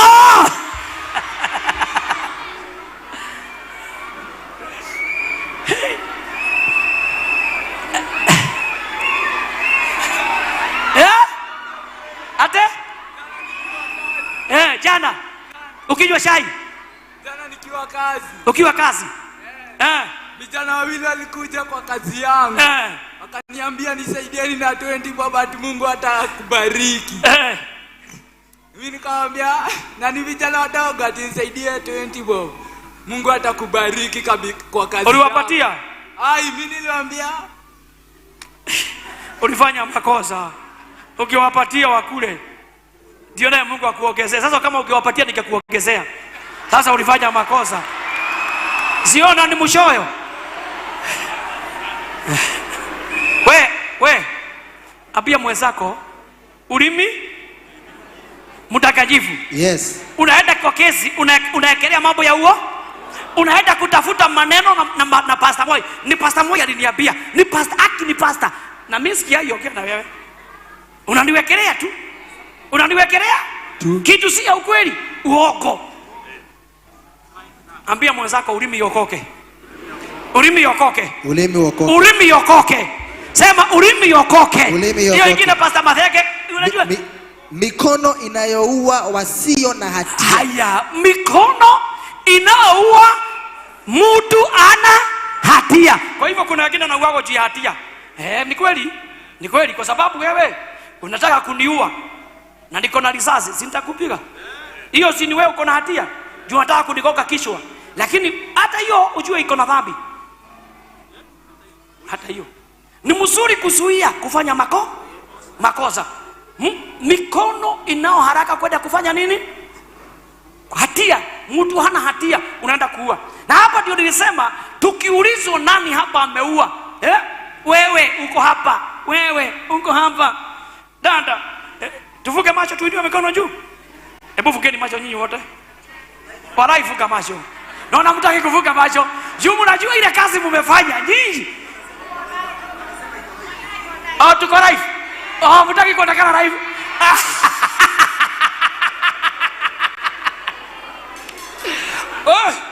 Unasikia watu wamefanya tabia mbaya hawa.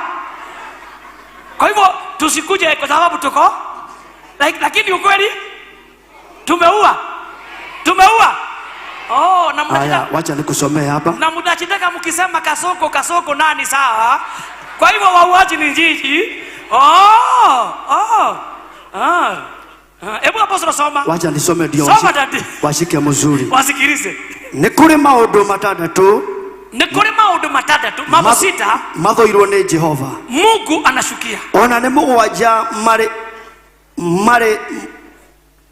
monaga marĩ magigi mũno. Hata ni saba iko magigi ni nini? Shukizo kwa Mungu. Ni shukizo. Yaani kitu Mungu akiangalia ni kama sasa umeenda show pale au like. Hiyo macho nataka kuangalia hapo. Imagine ikini sasa Mungu anatuangalia hivyo na tuko hapa leo. Leo hapa na vile tumeruka.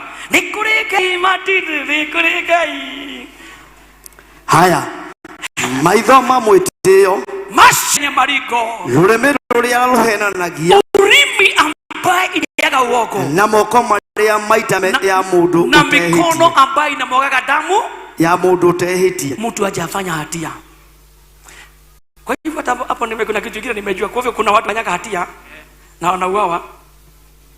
Lakini hajafanya hatia. Kwanza nyinyi mmeua bila nyinyi mmefanya hatia bila makusudi. Nyinyi kwa sababu ile mambo mmefanya ni mbaya. Nyinyi mnajua vile mmefanya. Brother yako ndorogo kwa wewe wale muishi. Natoka muonekana TV hata matika muone. Ale muishi huyo. Hata ameenda mpaka Tanzania kuiba huyu na magari. Huyu ameua sana huyu. Ndio ragete na ridadi. Lakini ulikuwa na risasi. Ulikuwa na kabeba hapa maga impaheni. Dogi moto. Mtu anaweza toka hapa aende akaibe gari na bunduki kwa hapa. Hakuna hapo sijakuamini dadi. Kakiwa hapa na akutana na mwenye gari hivi na naenda na gari ya mwenyewe. Atakosa kurudisha nyuma. Usimumulike watu wasijue ni nani. Atikana yake usimumulike. Unajua sasa hapa ameniambia tusimulikane. Tukimulikana hapa wengine hatutarudi nyumbani. Hata wazee watawatupa. Juu akijua kwanza umeua watoto 3. Kai. Ukamwambia ati umeenda hospitali ukiwa jiani katoto kametoka na ni uongo. Ukiwa jiani ati mimba ilikuwa ina shida, ati kaza kubleed. Nikifika kwa daktari akaniambia already mtoto ametoka na amekufa na ni uongo. Unaona vile wanaangaliana? Unaona vile wanashika? Unaona vile wanagusana? Aya, oraga nimeaa. Wachi. Wale watu wamemwaga damu hapa ndio wengi kuliko maskari. Ndio? Hapa. Yes. Hata kuna mtu hapa ametoa mimba 4 hapa ako hapa leo. Hapa ako hapa. Akatoa ya Joroge, akatoa ya John, akatoa ya Kinyi, si ya Kinyi, ya Otieno. Akatoa ya Wafura. Yote na ya Abuba. Zote alitoa. Wako hapa, saa hii ni very hurry. Wako very hurry. Saa hii hata nikuambia ukweli, saa hii ukiuliza mtu, kila mtu hapa, saa hii wacha tuondoe kosa hiyo tumefanya. Sasa tuseme tulitolea Mungu dhabihu juzi. Kwa hivyo saa hii Mungu akikuja, lakini sasa tuondoe hiyo tulifanya asante. Sasa tukuje kwa makosa. Mmefanya makosa gani? Makosa? Unaona ora gani?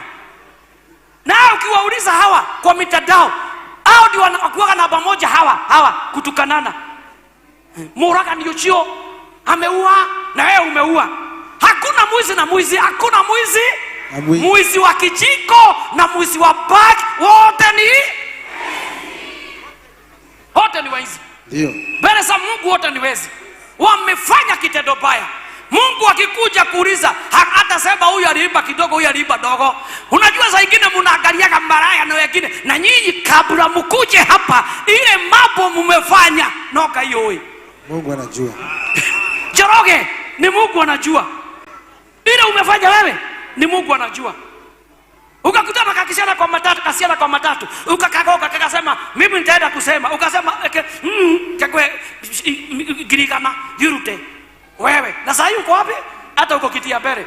Sasa hata ukiulizwa nani muuaji utasema watu ni wauaji wewe. Tiako enakada lake. Niko hapa wauaji ndio wengi hapa. Wauaji ndio wengi. Kama ukweli Mungu akose kuona matendo tumefanya. Unajua saa nyingine Mungu ni wa neema. Sababu kama kuna mtu alikuwa ameua ni Daudi. Hata hiyo kitabu nimeandika lakini si ati nikisoma sana. Kama kuna mtu aliua ni Daudi. Kama sio neema ya Mungu Daudi hata atungemkuta mbinguni. Daudi ndio huyo ameua Uria akashikua mke wake. Ni kweli au ni uongo? Daudi ndio huyo amefurahia kifo ya mama alikuwa anaitwa nani? Jezebeli. Tiga yoro. Huyu mama alikuwa maridadi sana.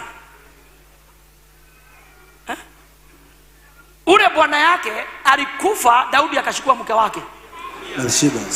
Si Uria. Abigaili akashikua Abigaili. Akashikua nani? Abigaili. Daudi. Hata kwanza isipokuwa ni mapenzi ya Mungu kuua Goliath, lakini aliua. Ikiwa Mungu ataangalia makosa yetu, hatutaingia mbinguni. Hamutaingia.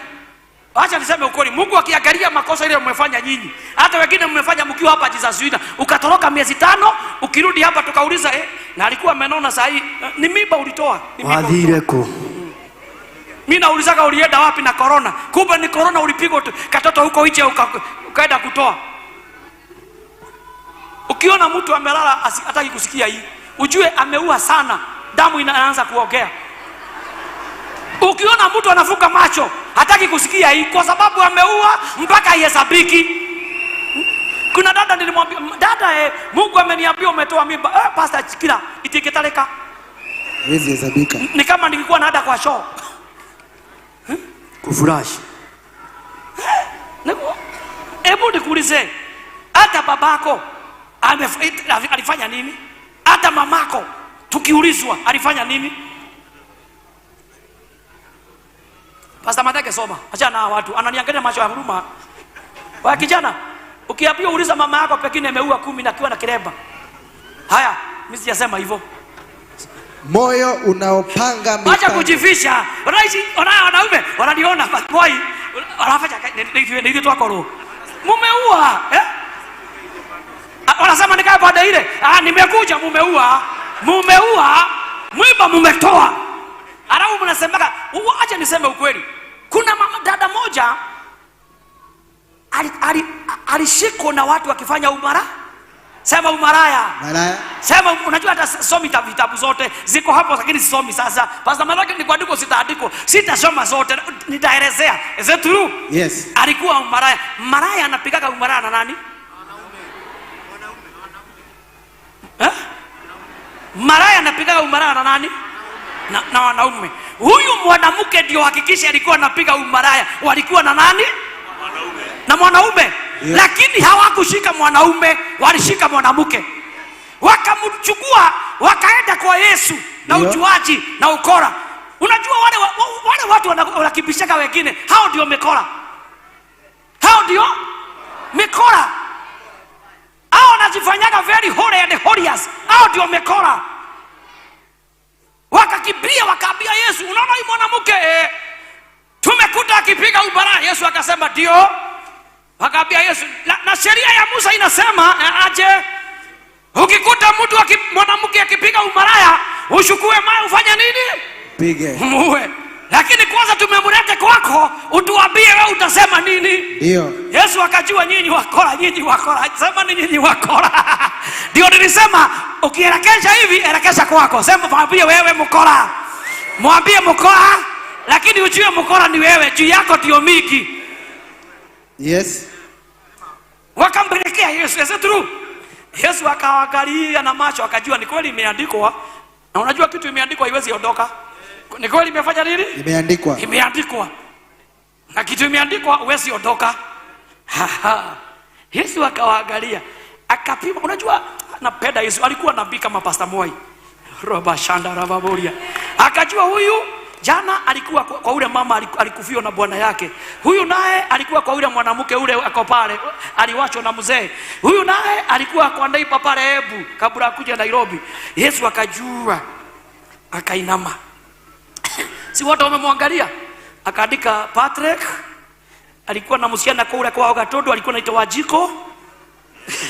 Na ni ukweli.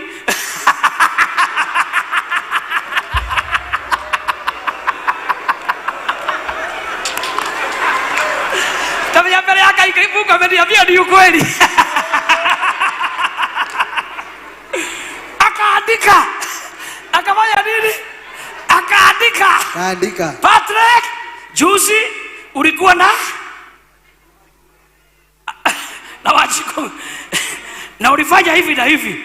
Akaenda kwa huyu mwingine akaandika. Kila mwingine akaandika. Sisemi wacha niseme msipigwe jioni. Akaandika. Kila mtu akitupa jisho alikuwa anaona jina yake na vile alifanya. Anasoma Yesu kuinua kichwa, akiinua kichwa alikuta wanaume wote wamechomoka. Hii Kenya na sisi tuko hapa leo. Yesu akuje atuambie aanze kuandika, sisi tuko hapa. Hakuna mtu atabakia Jesus winner. That's true. Ni 5%. Pastor Moi na wachache. Tutabaki wachache. Ni ukweli au ni uongo? Ndio. Akaandika wote wakashomoka. Na mtu huyo kwa juu huyu ndio tunamwona mtu. Huyu. Wale amezaa na wale wameenda ndio wengi.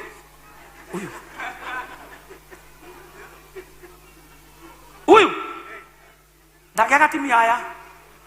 Atano. Si anaishi? Geke ni kiero, geke ni kirahu, geke ni kiiro, geke ni. Lakini leo wako na mshipi. Nakwambia kama ukweli wa Mungu.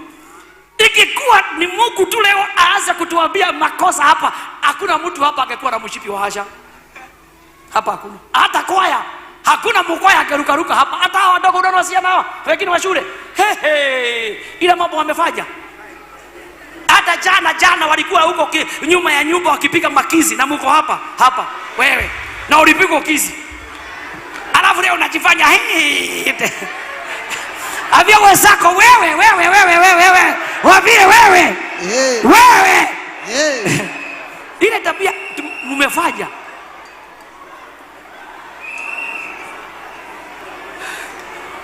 Nyamazeni, unajua vile mlifanya. Unajua? Hata hiyo tomatiti tumegusa hiyo. Lakini leo uko hore, uko na nguo ya hero, uko na nguo ya hero na ya white na trouser ya marundi. Holy and holy. Kijana ya Joseph, si unakumbuka? Kara kasichana, unakumbuka? Unakumbuka? Lakini leo mko holy,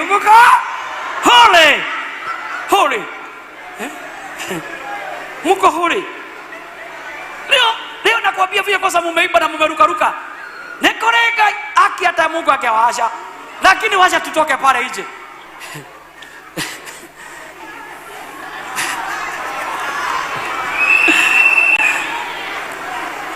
Apostolo, hebu rudi hapo umesoma na Kikuyu. Hapo tu umesema na kwa damu. Maitho maria memwitio na rurime ruria ruhenanagia na moko maria maitaga thakame ya andu matehitie. Kwanza hapo ndio baya, hapo ndio baya. Hiyo ndio umemwaga sana. Imagine hiyo katoto ulifanya hivyo. Kako ulisaidia. Unajua sasa kakekuwa pekine kakekuwa ndio kanaiba hapa kwa kwaya. Imagine sasa kanaiba Mungu roho yake inaibia bigudi lakini kimwili kiko pale kina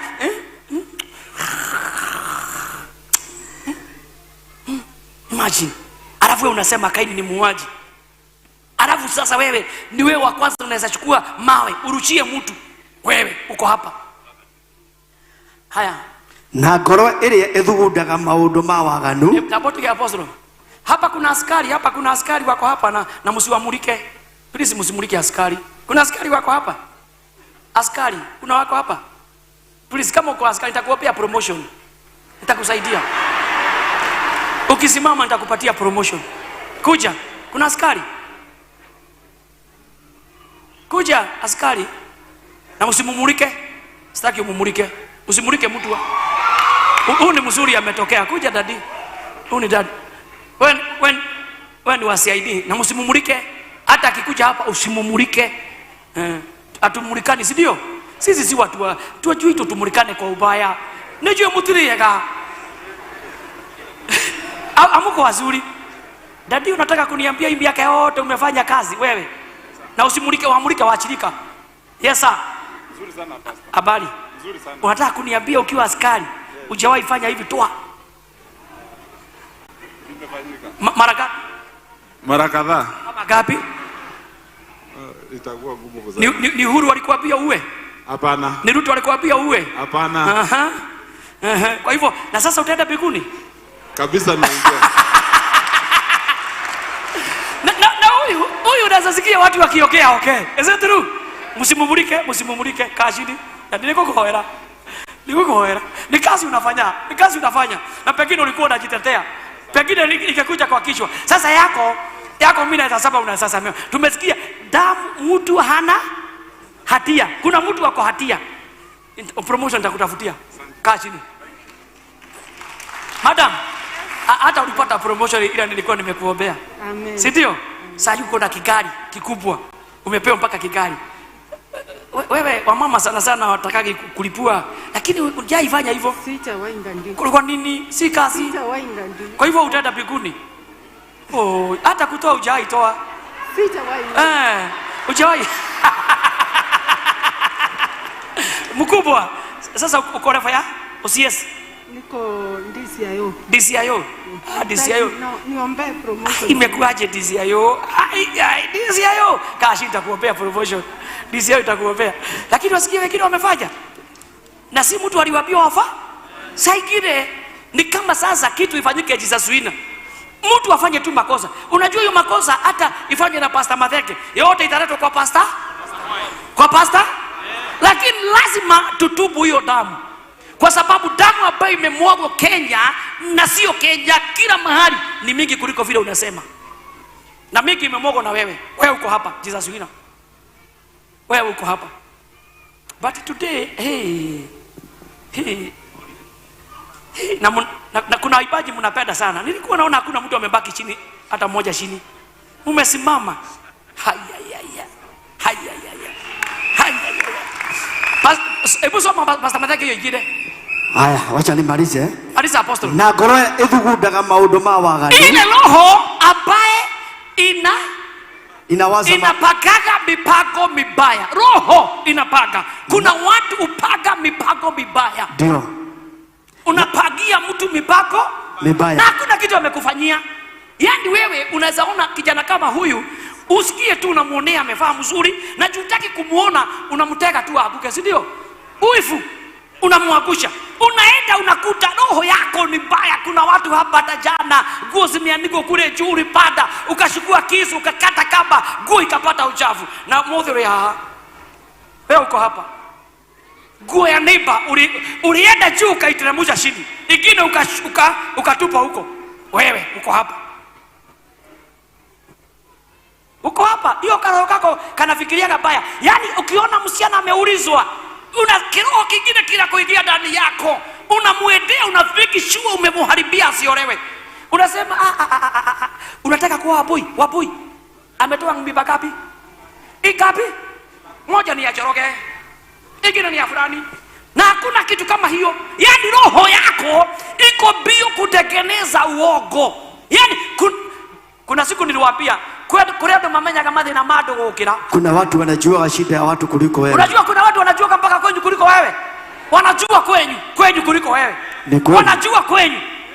Huyu unatataithagia nyina, unatataithagia mama yake, unadekaga atia seturu na wako hapa. Na yeye hafanyagi, lakini anatengeneza kitu inakaa kama ukweli. Kama ukweli. Gudhuguda. Kitu inatengenezwa gudhuguda. Ukadhuguda kiudia, yani unatafutaka kitu tu unaitengeneza. Unaweza tengeneza kitu na inakaa kama ya ukweli. Huyo mtu unamuona anashidaka kwa kilabu, anakunywaga na ufrani na hajawahi muona. Unasikia akisema ako na pesa, aigelile kwa ngoma, aigelile kwa ngoma. Hata ukimuuliza ni kwa ngoma namba ngapi anaweza jua, lakini ukimwambia nataka ukuje unipeleke huko kwa ngoma, ulisema twende, hawezi. Hata hiyo upako anakuwaga na si ya Mungu. Hiyo ametoa Tanzania. Ukaliwa terere mtu hata Tanzania, kwa nini Watanzania hawana nguvu kama hiyo? Is that true? Unajua what people wanaweza kutengenezea kitu inakaa kama hiyo ukweli, na watu wanaamini. Kwanza watu wametata wanaamini haraka na wanaitengeneza haraka na inaongeleshwa haraka.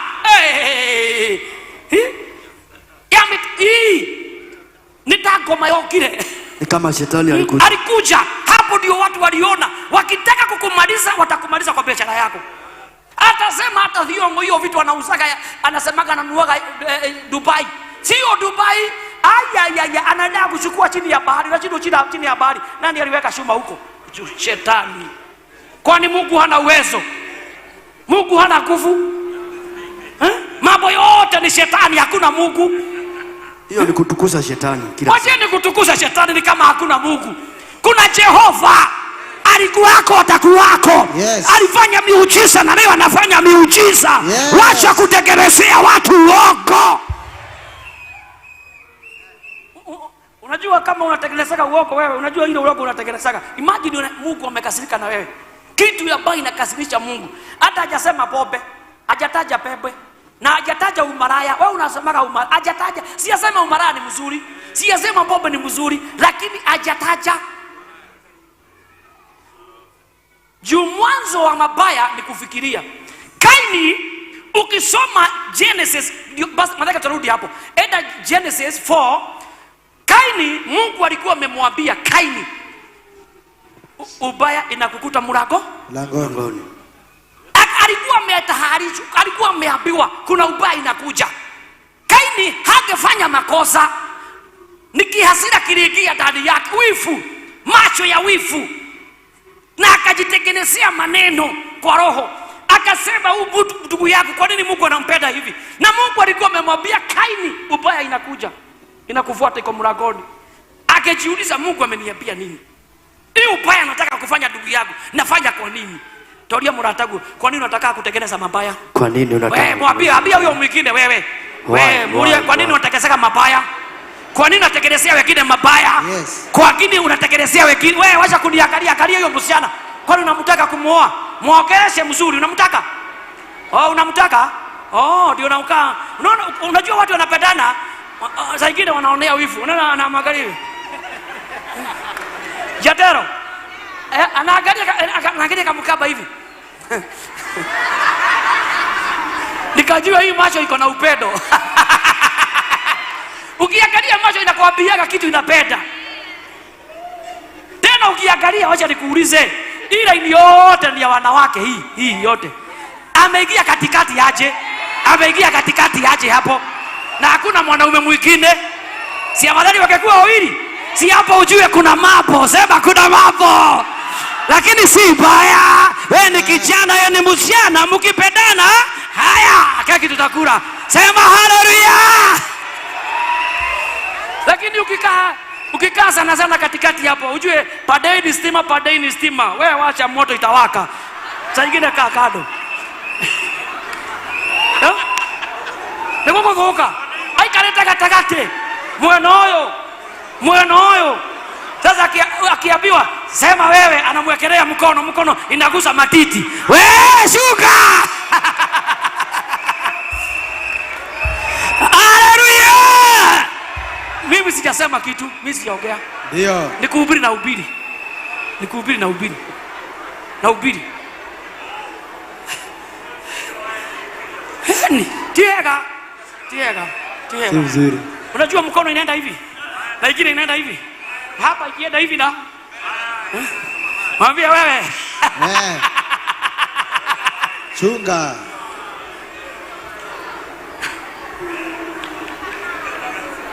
Mimi sijasema kitu, lakini kulingana na mahali yako, hata ukiangalia na macho na fikira, kuna kitu anataka. Wewe soma dadi, soma hicho thome, no la thoma. Ni apostle. Pastor Badeke ndio ulikuwa mwanzo. Soma kwanza mwanzo. Soma kwanza. Soma mwanzo, tarudi hapo. Soma mwanzo. Tarudi hapo. Mwanzo 4. Mwanzo 4. Wacha tuanzie hapo 7. Soma 7. Mwenyezi Mungu akamwambia Kaini. Mwenyezi Mungu akaambia Kaini. Je, ukitenda vyema hutakubaliwa. Si utafurahia? Na usipotenda mema, basi dhambi itakuvukizia mlangoni. Itakuvukizia kwa ndoa. Kwa hivyo Kaini angefikiria ndugu yake mema. Ndio unaona hii roho inakimbiaga kufanya mabaya, kufikiria mtu mabaya. Unajua shetani huingia kwa mawazo. Akiingia kwa mawazo inaambia roho, huyu mtu lazima tumfanyie kitu. Lazima tumumalize. Lazima tumuondoe. Lazima tumwage damu yake.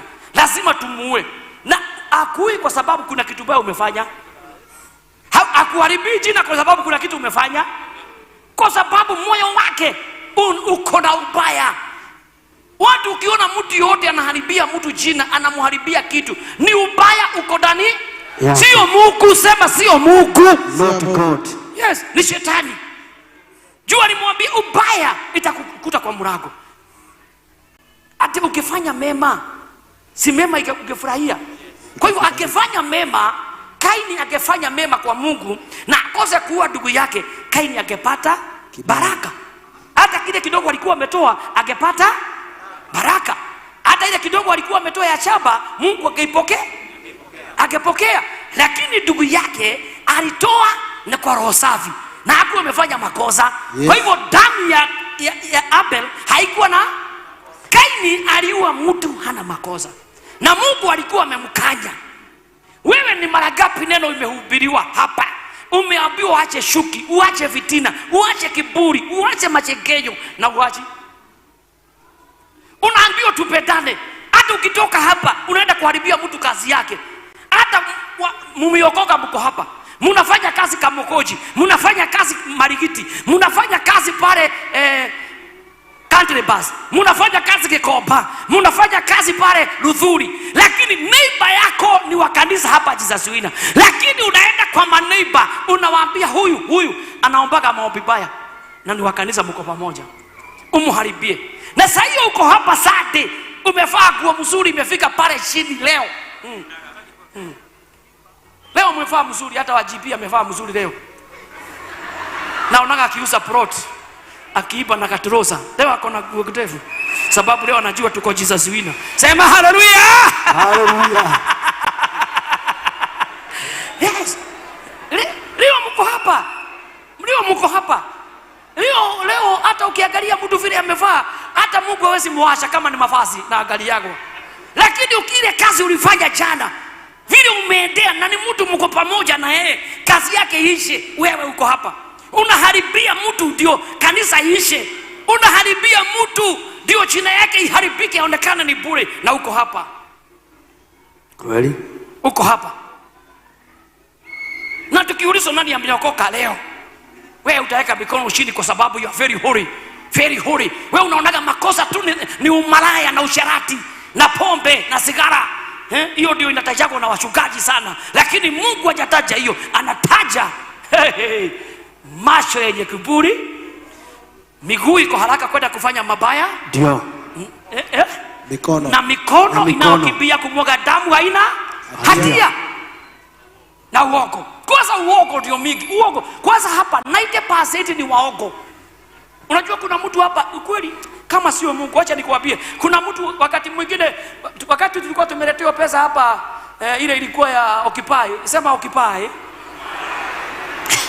Kuna watu waliandika, "Pastor, hiyo pesa ni ya damu."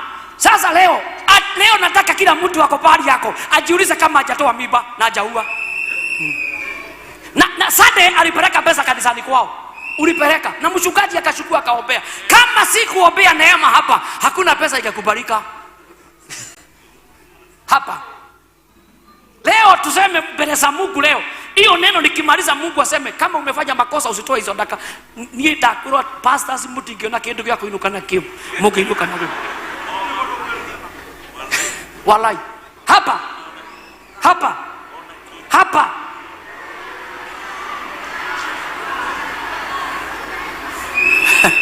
Tia iko ndagenda. Unajua nyinyi hata kosa mmeendania sana nyinyi. Hata ukiona fulani akiimba kwa wimbo kazuri anaongoza, una make sure umemharibia. Juzi kwanza nyinyi pale. Kwanza kiongozi wenu alihubiri mkasema, wewe ule themono doge ujia. Nyinyi na mko hapa. Na sasa hivi mnajifanya mko hole. Dake monyitokia. Nimewashika. Sasa hiyo mnapiga makelele si tuko hole. Ole wapi? Nyinyi.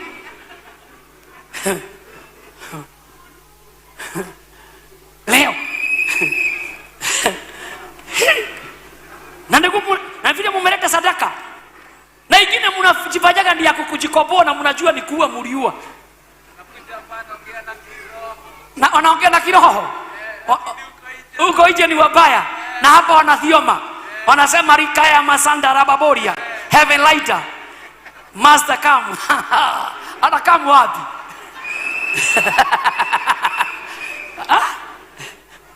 niliwaambia sasa angalia huyo ni baba huko muangalie sasa na kidole moja nilikwambia na kidole moja mwambie wewe tutie kwenye tadalia mwambie wewe si unajua tabia zako wewe unajua si unajua kabisa unajua wewe unajua you know yourself you know unajijua lakini leo unataka kujifanya wewe ni mzuri unataka kujifanya ni mzuri unataka kujifanya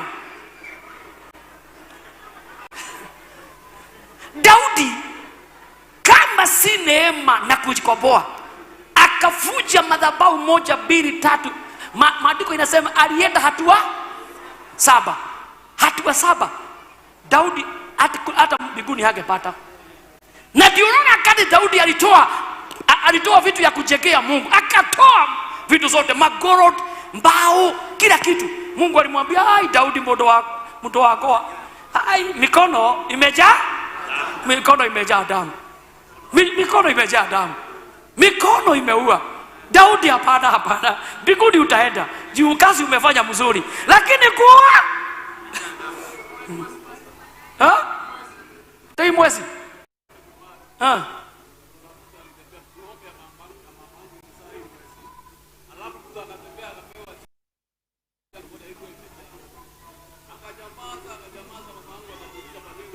akamaliza ng'ombe ikafanya nini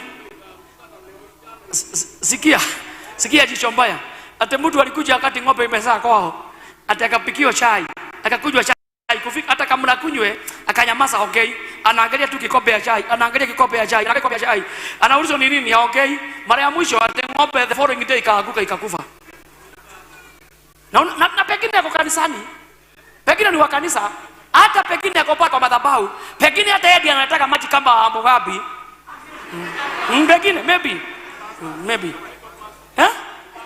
anaita kwa pastor na watu eti akwera zinakwambia si nimekuambia wako hapa kwanza mimi ninaogopa sana na mimi naogopa sana ndio nataka niletee maji na imagine kama huyo sasa huyo mmoja angekuwa ndiye analetea maji hapa na anaua si hata kipao imeenda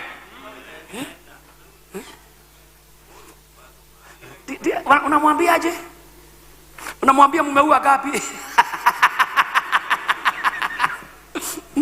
unamwambia mumeua gapi hiyo tiago dorora kwa jawe drama kadewe nono ukachatoa wahikania huyo amekaa sana bila kuoa usi mtoto huyu oya hadi miaka 45 na kwa huyo ndio unataka kuniambia wewe wanawake wote unafikiri umekaa kama father wewe ulikuwa father Wewe ulikuwa father wewe? Miaka 45 na zaidi na hajaoa, alikuwa father huyu. Hata sasa hana. Tia kojeta. Ona mera jita, jalia kahora, di kwaria kahora. Di kwaria kahora. Ngiri pole. Nilikuwa prison. Ulikuwa prison? So nitafaa kuambia ukweli. Utakuja kuambia? Nitakuita siku moja uambie. Na wewe na uhoro. Hena uhoro. Akaona mambo. Wengine kusharawa si kupenda kwao. Nikupitia. Amepitia. Mtu wewe ukiona mtu amekoka miaka 30 hapo 32 akiendelea. Na hoi. Haya, apostolo soma. Na goje. Wewe pastor Mateke. Acha pastor Mateke amalize hapo. Maliza hapo pastor Mateke, tuende kwa apostolo. Baadaye Kaini akamwambia Abeli nduguye, twende nje shambani. Kaini akaambia ndugu yake twende shambani. Basi walipokuwa shambani, Kaini akamvamia Abeli ndugu yake, akamvamia ndugu yake Abel, akamuua. Mwenyezi Mungu akamuuliza Kaini, ndugu yako Abeli yuko wapi? Ndugu yako Abel wako wapi? Kaini akajibu na ujinga na kiburi. Ila kiburi nilisema, mimi sijui. Je, mimi ni mlinzi wa ndugu yangu? Mwenyezi Mungu akasema, umefanya nini? Damu ya ndugu yako inalilia kwa mshaga. Kumbe muriua damu inalilia kwa mshaga. Noka amekilia. Iko kwa mshaga? Ndio. Damu iko? Changa. Kwa mshaga inalia. Damu inalia. Tumeokoka lakini damu inalia. Tunaenda mbinguni lakini damu inalia.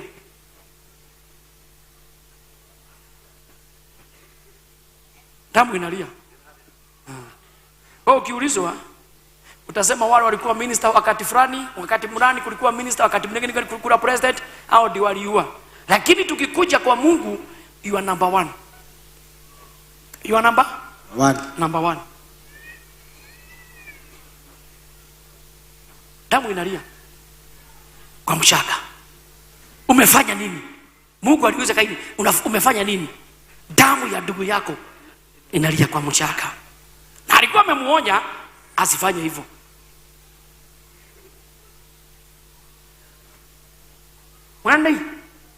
Mwende nao. Unaona kama kuna damu inalia kwa mshaka? Hiyo wewe sema. Hiyo mwezi ongea. Mimi sijasema wewe, nikuuliza ni swali nimeuliza. Unajua mnaniangalia na macho, sasa tumacho tunakaa kama ingine kwa usigizi. Je, ile makosa imefanya? Niwaombe. Hebu semeni na nguvu. Nifanye nini? Kwa kabla tuombe, tutaombea mpaka Kenya. Lazima tuombee hii Kenya yetu. Hii damu ile imemogo hii Kenya. Hoja vile unasemaga mimi nikihama kwa hiyo shamba lazima nihamishe mwili. Na hiyo katoto ulitoa ulihamisha. Hiyo katoto ulihamisha. Kile. Ulihamisha hiyo. Unahamisha ile tunaona. Mliweka maua na mkaweka cement. Ile. Na hiyo ingine wewe mliua mkatupa show. Mimi naona mpaka show yenu kuna kama mtu kanalia. Ndio unaenda kwa show kabla umalize. Unasikia tukita tunakuita kule tukiwa kule kwa siri. Unasikia chikao? Na nikuua umeua. Mwende. Kuua. Ate dadi. Mimi nasema ukweli, acha kuniita dadi. Mimi nasema ukweli. Na wanaume nao wanajifanyaga wazuri kwa sababu ndio wametoa pesa. Wewe ndio ulitoa pesa. Na hakuna mtu mbaya kama yule alitoa pesa. Huyo ni mbaya, ni mchawi. Ni mchawi. Alitoa pesa ya kuua. Halafu anajifanya ati yeye hajaiua. Unajua mimi sijifanya hivyo. Hata siwezi oa msichana ako na watoto. Juu mimi sijaipata watoto na nikuua uliua wewe. Uliua. Halafu anajifanya very holy. Ndivyo mnasemaga wanaume. Yeye dike ya gechokio. Gechokio. Siwezi oa. Lakini Yaani washa Mungu akuje atoe. Unajua tukifika mbinguni, oi gaima umarekere vava. Oi Mungu msemee watu ya Jesus wina. Wewe abia huyu anakula karamu amelala aamuke. Wewe au ni watoto wanakuita? Wale umeua. Unajua? Ni Mungu tu. Imagine sasa hivi vile nimekuwa nikiwahubiria nikiwaombea. Na unajua maandiko inasema kila mchungaji ataulizwa kazi ya watu yake. Mimi niko pale. Mimi nafikiri watu yangu wameokoka kina Patrick. Alafu nasikia kimtoto kimelia nyuma yake. Ai, lekee. Kama gashiko.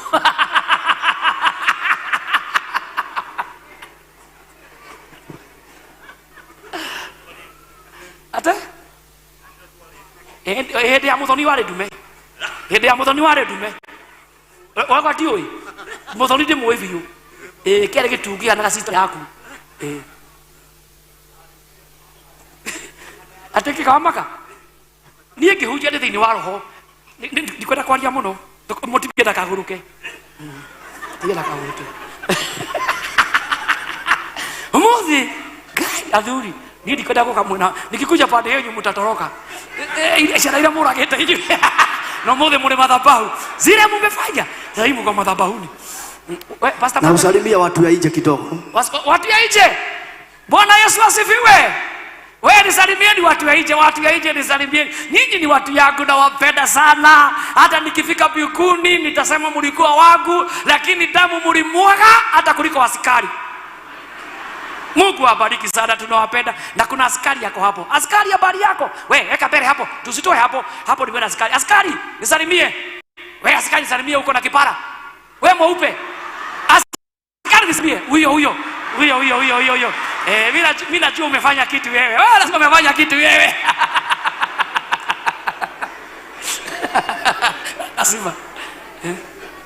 Lazima amefanya kitu huyo.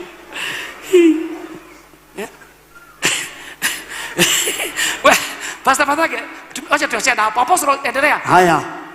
Na maguru maria matengeraga guthie gwika uru. Na ile miguu inakimbiaga kufanya mabaya. Na ile miguu inakimbiaga gathoko. Ile miguu inakimbiaga. Imagine hiyo miguu yako Mungu anaionaga gathoko. Hiyo ukienda kufanya mabaya anaionaga. Anaionaga. Na mimi naona. Wacha kunifanya hivi. Na naona kuna shida inakusumbua na hapo nyuma. Lakini mimi najua nile miguu inakimbia kufanya ndio Mungu ameweka kitu na hapo nyuma. Ile miguu inakimbia kufanya. Huyu kwanza alikuwa mwizi. Huyu ameiba sana. Ndivyo Mungu ananiambia nikiwa pale, huyu ameiba sana. Alikuwa mwizi wa hii na bunduki huyu. Huyo ragete mno huyu. Ndokamumuleke. Mungu nikihubiri, unaona vile wakati umeniambia pastor Mungu amesema nisikuja pande hii. Mungu usimumulike tafadhali. Mungu ameniambia huyu alikuwa mwizi wa bunduki ameua sana. No muthi ule haha, wewe muhono kuiga getekia mbele. No, na leo watu wakisema fulani ameua, wewe utakuwa na pamoja. Nikuwa hata unaweza sema sitachagua aliua, lakini wewe umeua zaidi ya watu 5 wewe.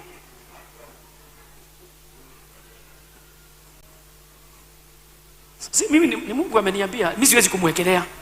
Nimekuwekelea ndugu yangu. Hapana. Nimesema ukweli. Ukweli. Yaani, ukimwona mothe very holy. Na nduta ni holy muno. Watu kwa no hutie kinya nyongo ya mundu. Na I hope na nimekujua kweli ndio auagi. Juu damu inaongea sana. Wewe koja sijafika kuombea watu kaa chini. Eti akwenda, si nimemwambia nyinyi kila mtu sasa akija tukianza kumtopoa, Mungu anza kutopoa. Hai brother ndio kikara ule. Wewe. Maudu mara wekete. Oi, ona motivio cyo mwana kenore. Akimenyora wekete, no kuragiura. Ewe. Tule uragite. Gai. No gai oi. Tamendere gwa tukirira. Twana tukirira tirini twaku. We. No mubi uri hore. Wekete kia mbere. Muthi ona ndumangirio mehetie. We ndungiwa no hitie. Yukweli au kweli.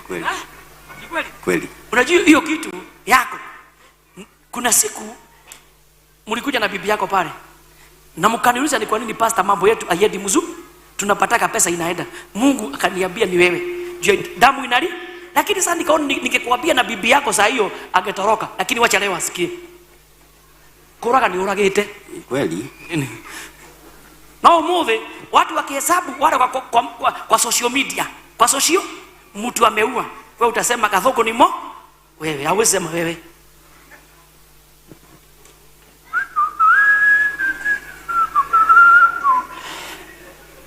Ya modo kau koragite muno, kau karika muici, kau koragite karika muici. Nona korete, nona kora karika muici ka muicika.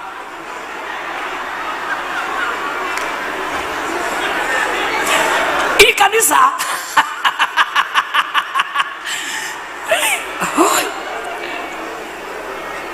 Tangia murata guo Usalimie mwambie mimi naona kata wewe you are not a good person. Hata wewe ona yeke kila kagu wewe kila gejia kana na thoni acha kusalimia na aibu. Wewe unajua vile imefanyika. Acha kujifanya. Hakuna mtu haya hapa, pengine tuhesabu watu wachache. Watu wachache. Pastor Moi na wengine kadhaa. Lakini tukipiga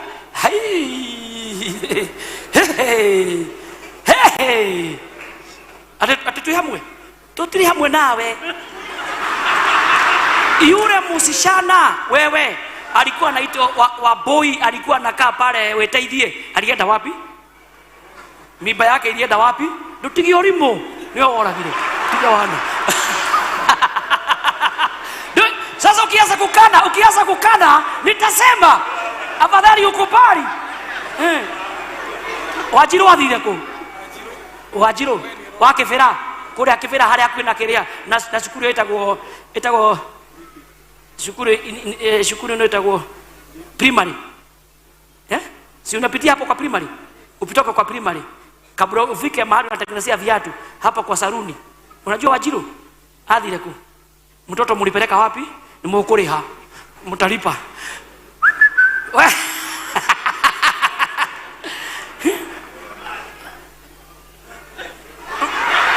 Mkora erora. We soma pa apostolo soma. Haya. Na shahidi wa uongo. Na shahidi wa uongo ambaye umwaga uongo. Ambaye anaongeaga umwaga uongo ama uongo. Ushahidi uongo. Shahidi sema ushahidi muongo. Shahidi muongo. Hapo mambo ya kutukimbia kufanya mabaya, hapo tunajua mmefanya mabaya. Ndio.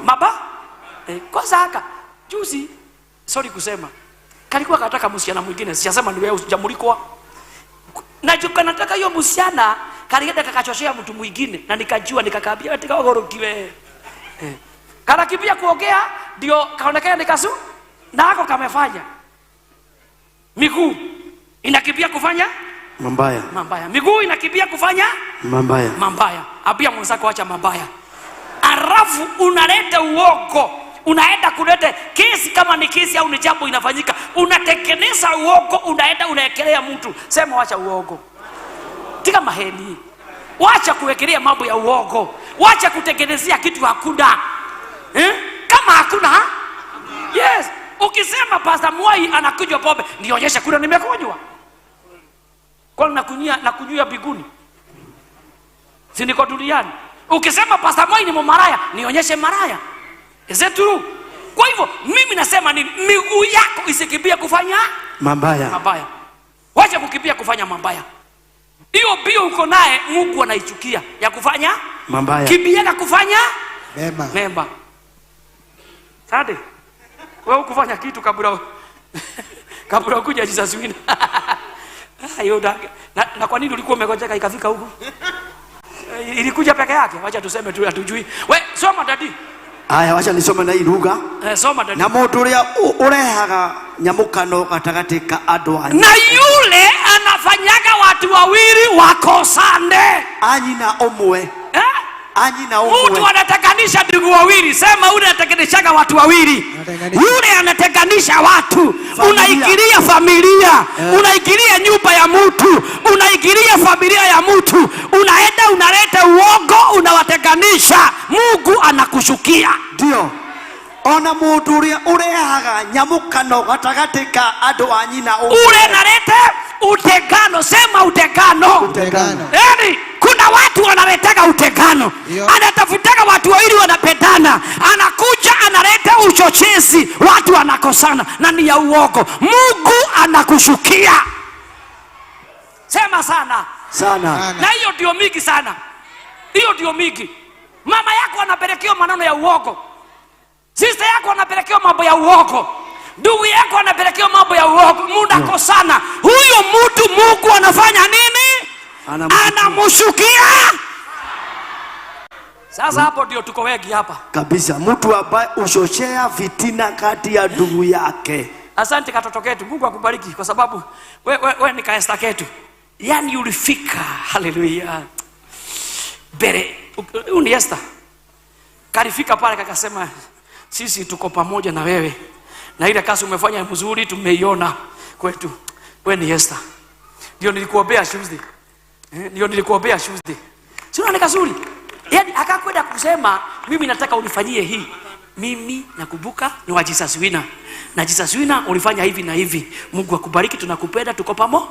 Huyo ni Esther. Huyo ni Esther. Huyo ni Esther. Esther alifika. Wewe ungepeleka hiyo maneno mazuri. Esther alifika mbele. Na nikaambia utapata kibali. Unasikia kalikuwa kametolewa madi. Lakini Wednesday kalikuwa kamejipeleka Kenya. Esther anapata kibali mbele ya mfalme. Si lazima aende akapembeleze mfalme. Si ameomba. Akifika kwa mfalme lazima mfalme atii. Hata Esther kabla ingie aliruhusu nani yako pale kwa geti akasema ni Mordekai. Not Mordekai. Alisema ni Haman. Alisema ni Haman. Akasema kwanza hiyo mtu anaitwa Haman amepaka kutumaliza sisi Waebrania. Amepaka. Akamwambia nani amesema kainua fibo. Akasema abiwa ingie. Haleluya. Leo nataka kukuambia nataka uwe Esther. Sikukimbia kusema mabaya. Akakukimbia kaenda kakajitetee. Kalikimbia kakatetee. Haleluya. Jesus Winner Ministry. Our daughter. Maguru maria matengeraga gwika uru.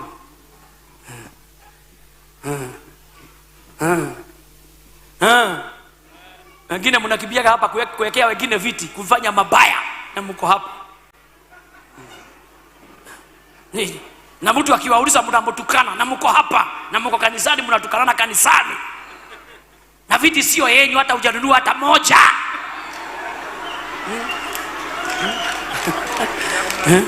Na mko hapa mnaongea baya na kiti ya hujanunua hata moja, lakini unaongeaga na si kwako, ni kwa Jehova. Hiyo miguu nakimbiaga mapema, geti kifunguliwa hivi hata kabla ifunguke unagoka Oshman unapita. Si Oshman wewe, tuliambiwa si Oshman, tuliambiwa tuitageaje? Private security.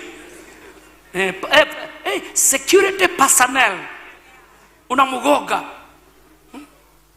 ndio ukuje ukalia kiti utukanane kufanya baya na hata ukuji kuomba unakuja ukaribia hapa ndio angalie pastor meno kama ameosha kama ako na ugali ndio ukaongee miguu inaokimbia kufanya mabaya.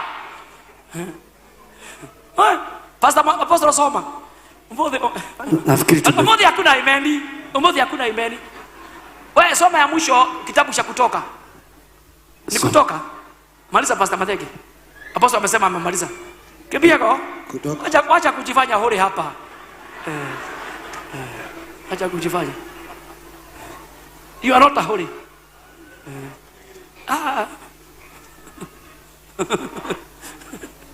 Soma dadi. Kutoka 23 mstari wa 7.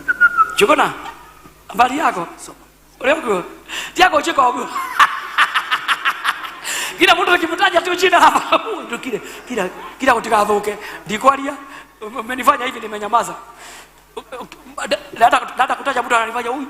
Kila nakwambia hapa. Wacha kule nje. Wacha serikali ilikuwa ya kwanza. Wacha ya pili, wacha ya tatu. Wacha ya ile, wacha ya hii ya tano tuko naye. Ile mambo watu wamefanya hapa ni mbaya kuliko hiyo. ni mbaya kuliko ya serikali. Ni mbaya kuliko ya serikali. Na sio nyinyi. Nyinyi ni afadhali. Oh, nyinyi ni afadhali, mko sawa. Nyinyi mko watu ya Jesus Freedom mko sawa. Kwa sababu takukuja kanisa naona afadhali umebadilika. Na wale wajakuja hapa. Na wale laini ya iongeagi.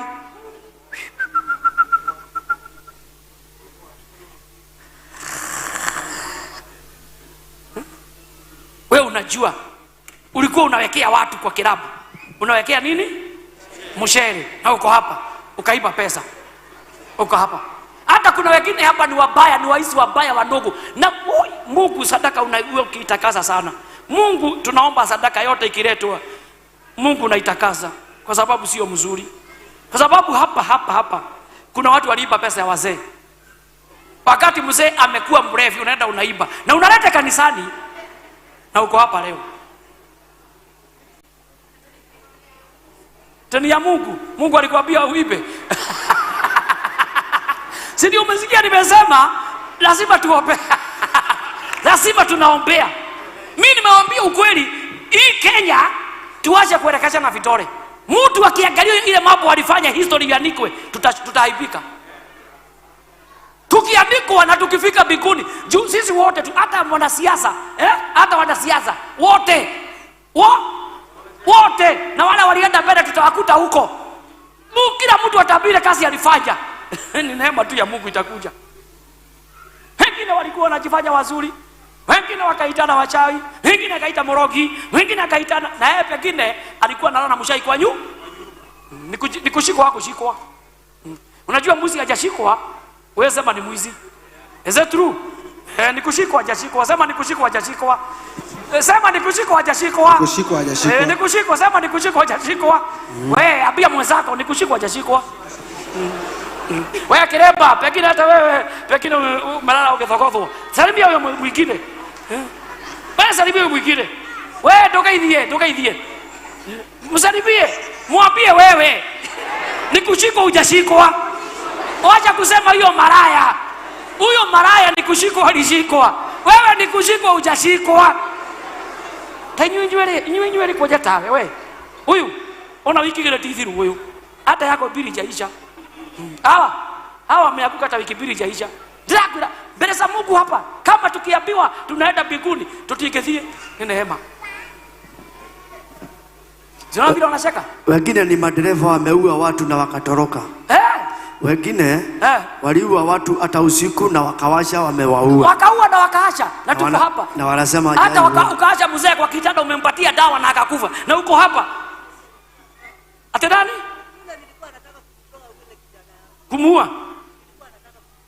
Mugani sasa? Kwa kwaya? Kijana wa kwaya kwa wapi wa huyu mama mkaba? Nasikia ate mamako ukiwa kwa tupo alikuwa anataka kukutoa ukufe, akuue. Ni neema. Na sasa hiyo ulikuwa Jesus Winner? Ulikuwa Jesus Winner? Ulikuwa unataka kumuua?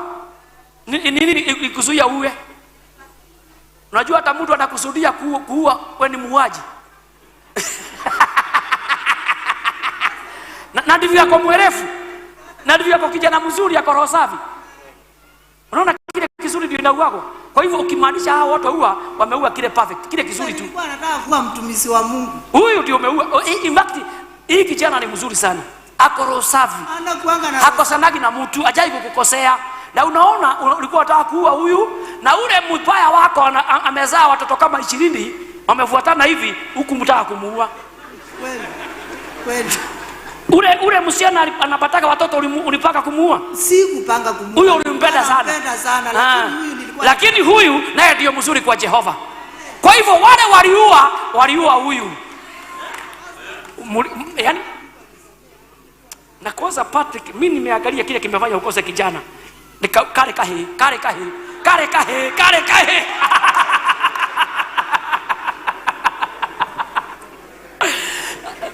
Haya. Angalia na mwingine pana ananiangalia, anajificha. Jifiche tu. Huyo amefanya mabaya. Hata kuna mapepo inamsumbua majini. Na pengine hiyo alifanya ndio inamsumbua huyo. Huyo mko naye hapo. Huyo amevaa macho iko kwa kichwa. Nikiona amekogo. Ni marafiki zake. Ona mane mafi. Ona vile jifiche tu. Na sasa wacha niseme ukweli. Tukiuliza nani atatupia Kasongo kura? Mimi siwezi mtupia na hajaua hata pengine hajachukua risasi. Hata hajapia mtu auwe. Lakini yawe sema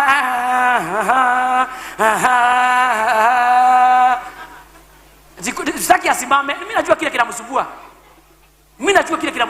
Hata kukaa na dawa ni shida. Ni watu tu bila jua.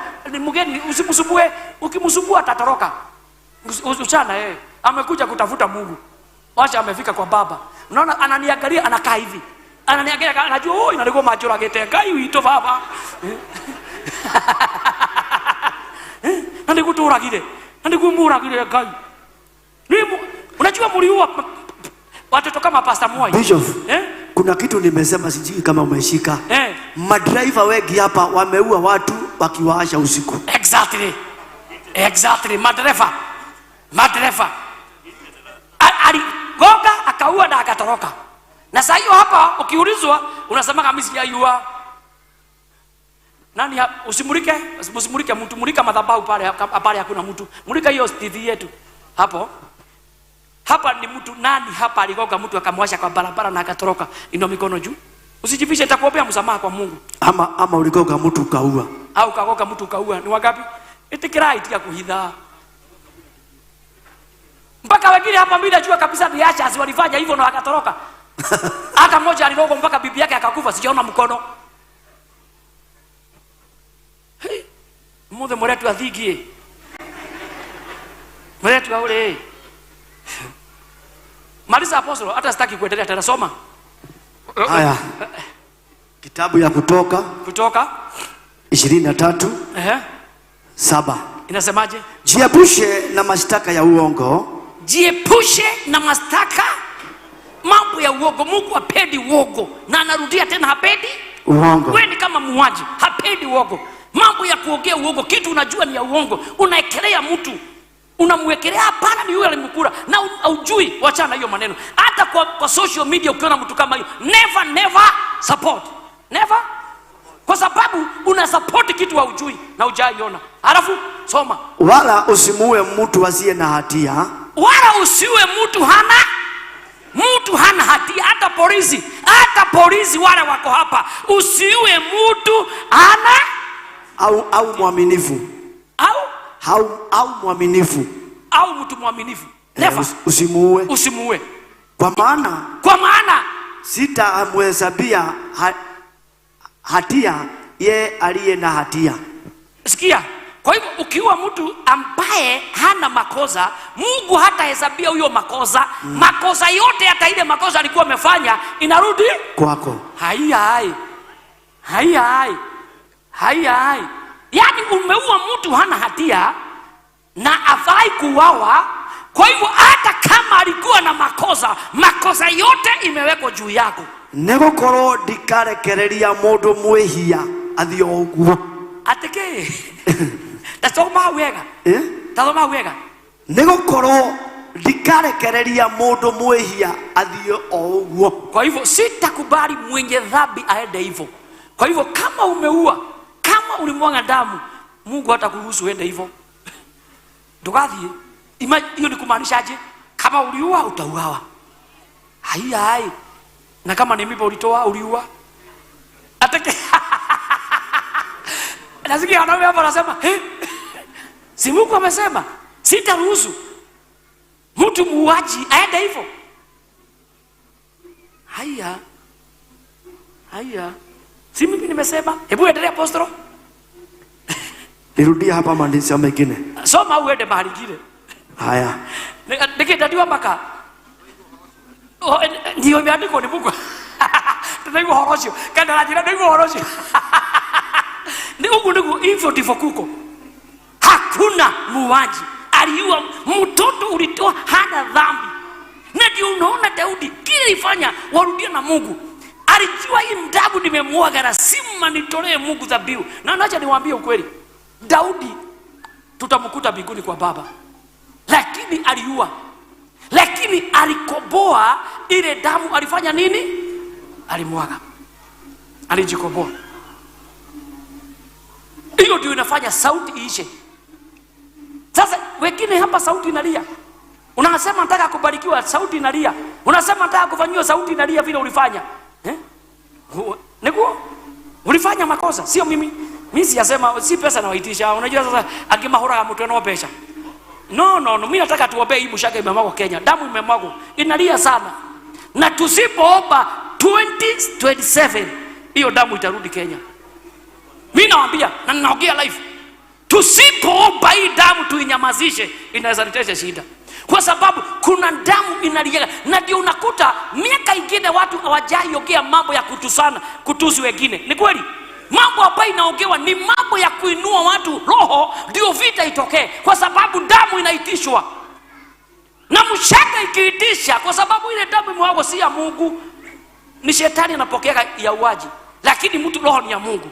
Sasa hiyo damu ndio inataka sasa irudi tena, kwa sababu tumemwaga damu. Lazima tuombe Kenya. We must pray for this country. Wacha kusema fulani, wewe omba, kwa sababu hata kukaa aliua, hata chocho yako aliua, hata mama yako alitoa. Kwanza alitoa mingi, hata hakutuambia ile alitoa. Hakutuambia ile aliua kabla baba yako amuoe. Hata pengine wakiona alimwambia niende kwenda kana kake heria. Lakini na Biblia imesema Mungu hatakubali dhambi ya mwenye dhambi iende hivyo. Muaji haitaenda hivyo. Haitaenda hivyo. Sisi nimesema haya, maliza. Usipokee rushwa. Usipokee rushwa. Kwa kuwa rushwa. David Masai. Soba. Kwani unalala? Usipokee rushwa. Wewe kwanza. Hiyo ndio inafanya ulale hiyo. Hiyo ndio inafanya ulale. Unajua ulikuwa usikizi? Na kabla mama Kaparo warudi na nini unajua ulikuwaje? Unajua ulikuwa baya. Ulikuwa na watu kama wangapi? Wengi. Na zile zote zimefanyika hivyo ni ngapi? Ni mingi. Lakini sasa hivi unala damu inafanya nini? Kaa chini. Leo tuko wazuri. Na ni mzuri, Mungu awabariki wazee, mnafanya kazi mzuri ya kutolea Mungu na kujenga. Lakini ile mambo mfanya akina Mutinda, inoka hiyo kile. Mungu tu akuje. Noka hiyo kile. Ile umefanya. Hata sasa ingine kukosa watoto sasa ingine ni mshaka inalia. Wewe posto soma. Usipokee rushwa, kwa kuwa rushwa hufanya watu wa vipofu. Atowe? Usipokee rushwa, kwa kuwa rushwa hufanya watu kuwa vipofu. Hata sitaki hiyo mambo ya rushwa na vipofu. Mimi nilikuwa nataka kwa damu. Haya, soma nyingine. Hata nimemaliza. Pastor, nataka kuna kitabu nimebakisha. Tuashie na hiyo nyingine. Kuna moja umebakisha? Tuko sawa?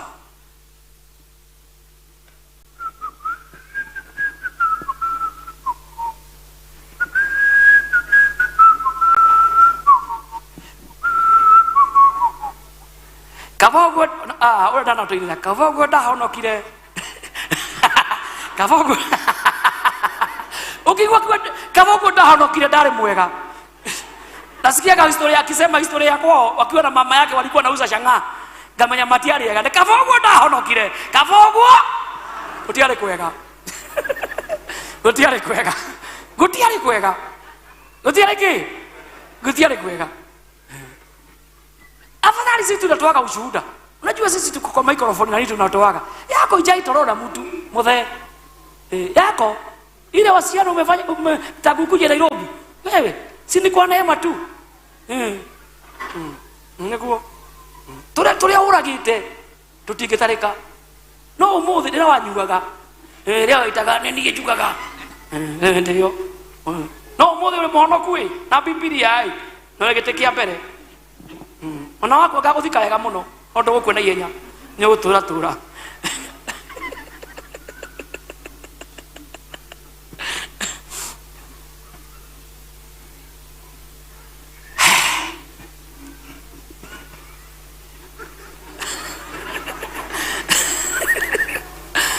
Haleluya. Watu wa Jesus na Bwana sifiwe. Mumeokoka? Mnaenda mbinguni? Kwani mikono imeenda wapi? Wewe amuinui mikono.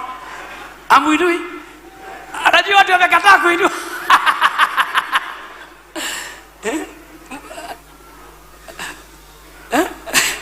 Mikono inakataa kuinuka. Kwa nini nakataa? Tunaondokea liki. Basi tukae chini hivyo. Kama unajua unataka tu Mungu akuhurumie. Mimi sijui kama uliua ulifanya nini, lakini hakuna mtu atasema uliua, lakini umeua. Una dhambi.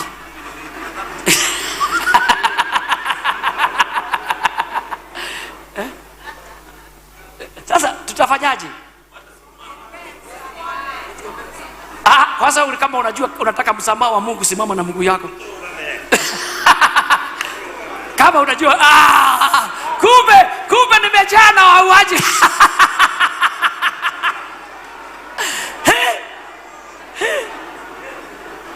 Atere kanisa ngima ndiaro kama. Nakatoke washe tukubali.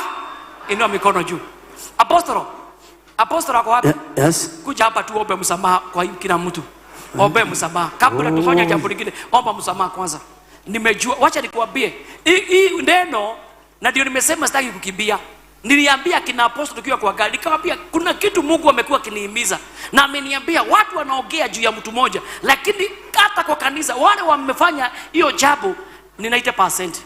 90%. Sasa nikauliza Mungu, kama Kenya, kama Jesuda 90% na Kenya. Lakini tukikuja kuongea, tunaongea ni kama sisi we are very. Na ndio hiyo neno nipatiwe. Kuna mtu aliniandikia message akaniambia, daddy, washaka kutetea sijui nini kwa sababu huyo mtu alifanya hivi. Mungu akaniambia hata yeye huyo kana kuandikia aliua. Ni muuaji.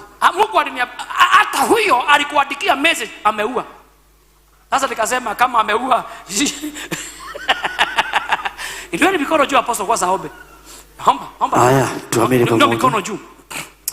Baba, katika jina la Kristo tuwaje mbele zako mtakatifu wa takatifu. Yes. Wewe ni baba yetu, wewe ni Mungu wetu, hakuna Mungu kama wewe. Ndio baba. Tuwaje mbele zako tukikushukuru, tukikuinua kwa ajili ya siku ya leo. Yes. Tunasema wewe ni mwaminifu, wewe ni Mungu wa haki na hakuna Mungu aliye kama wewe. Ndio baba. Baba, neno lako ni wewe mwenyewe Jehova. Yes. Na neno linasema ya kwamba halitashuka baba na likurudie bure. Yes. Naomba hiyo neno Bwana ambalo limeshuka siku ya leo Jehova. Ndio. Kwamba Mungu wetu Jehova, tumetenda dhambi, tumetenda makosa Mwenyezi Mungu. Yes. Baba, tumeua, tumefanya mambo ya uongo, tumechukua tumependa mambo ambayo haifai Mwenyezi Mungu. Yes. Baba, tunakuja mbele zako mchana wa leo Bwana. Yes. Tunakuja mbele zako tukinyenyekea mbele ya wema yako. Yes. Tunanyenyekea chini ya wema yako Jehova. Yes. Tunasema sisi ni wanyonge, sisi ni wadhaifu Jehova. Yes. Sisi ni watu wameumbwa kwa mwili na damu. Yes. Tunasema Baba, hatufai hata kitu Bwana majeshi. Yes. Mungu wetu, kwa damu ya Kristo iliyotutika msalabani. Yes. Tunaomba Mwenyezi Mungu ukatusamehe makosa yote. Yes. Ukatusamehe dhambi zote.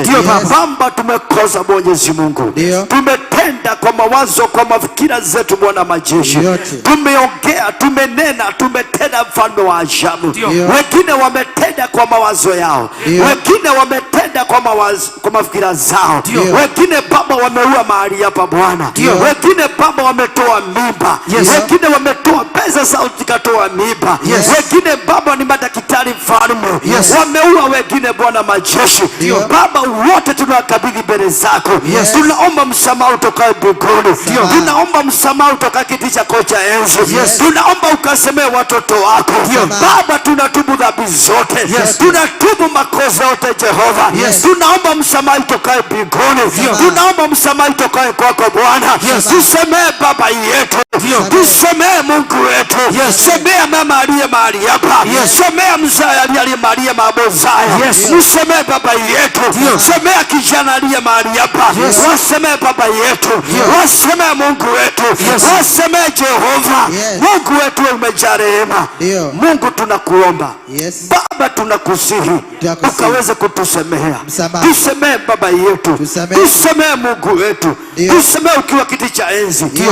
Baba, wasemehe. Yes, Lord. Hawa ni watoto wako. Wengine walitenda bila kujua. Wengine Baba walitenda wakijua. Wote Baba tunawakabidhi mbele zako. Ukawasemee hiyo makosa. Na usikumbuke hiyo makosa tena. Tunaomba damu ya Kristo ambayo ilitika msalabani. Damu ambayo iko na nguvu. Damu ambayo iko na uwezo. Baba, ikawatakaze. Baba, ikawaoshe. Wakakubariki kwako leo. Washa wakubariki kwako. Washa wakubozaya. Washa Wacha wakubalike Jehova. Wacha wakubalike Jehova. Baba akikubalika kwako, uwasemee makosa yote, uwasemee dhambi zote.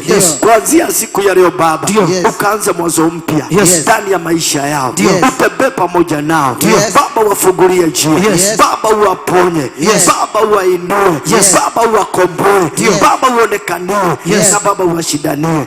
Kwa jina la Baba, la Mwana na Roho Mtakatifu tunaomba na kuamini. Amen. Amen. Tukae chini kidogo dakika moja. Kuna majina nataka kuitania tafadhali.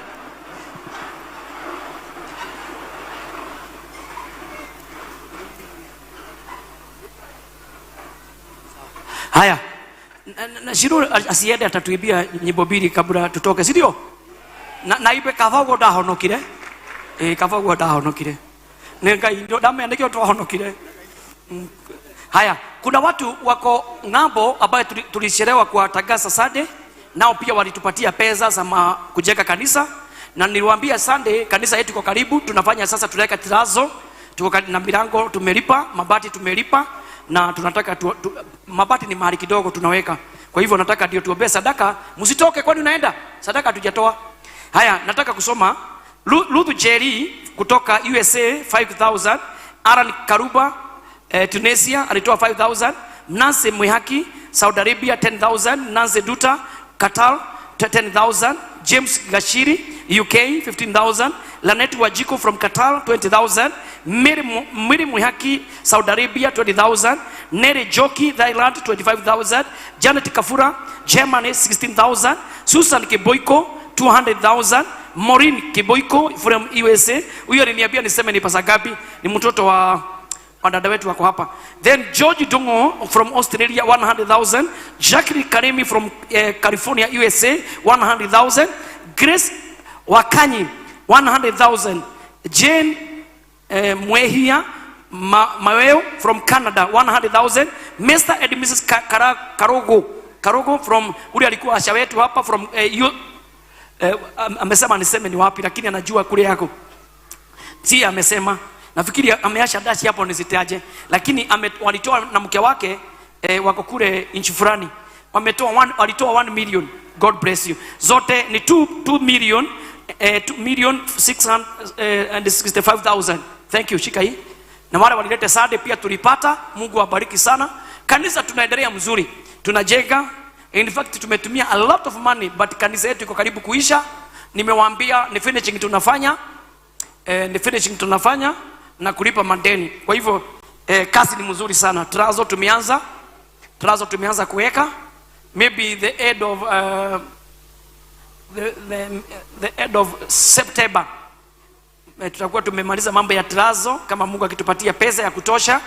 Tutakuwa tumemalizia mambo ya tiles, tumemalizia mambo ya ofisi, tumemalizia mambo ya maybe kuweka gabros, lakini gabros ikishelewa ndio itakuwa ya mwisho, kwa sababu hatutaki kuweka gabros kabla tuoshe trazo. Lakini ile kazi inaenda mzuri, na tunashukuru Mungu kwa hiyo kazi.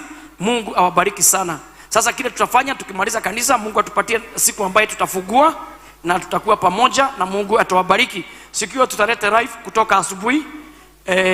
Tutaanza kama tumeshelewa, lakini tutakuwa live kutoka mwanzo mpaka mwisho, na kanisa ni kubwa sana. Ikiwa hii kiwanja ni 1 acre, ile tumejenga chini kanisa peke yake tumejenga chini eka 2, gorofa iko na eka 2 na kitu kidogo. Kwa hivyo almost tuko na kanisa ya eka karibu 5 church peke yake. Tunashukuru Mungu kwa hiyo, na tunasema Mungu apokee sifa na shukrani zote katika jina la Yesu Kristo. Nataka sasa juu nimemaliza na hao, nataka niombe sadaka. Inua sadaka yako Juma, tunako tuombe ndio nitangaze matangazo. Tukitoka hapo tuibie nyimbo mbili na Mungu atatubariki sana. Hata uko nje, namba ya simu ndio hii 0722 26 63 13, 0722 26 63 13. Namba ya pili ni 0722 81 29 74, 0722 81 29 74. Namba ya mwisho ni 0722 61 59 90, 0722 61 59 90.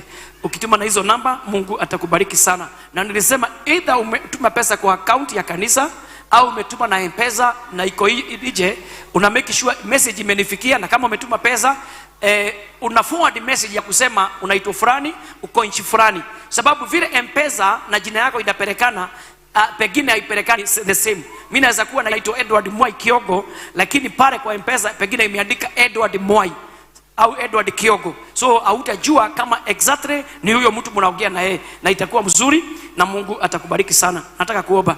Baba, katika jina la Yesu Kristo nakuja mbele zako na kushukuru kwa sababu ya kila mmoja kwa mahali hapa.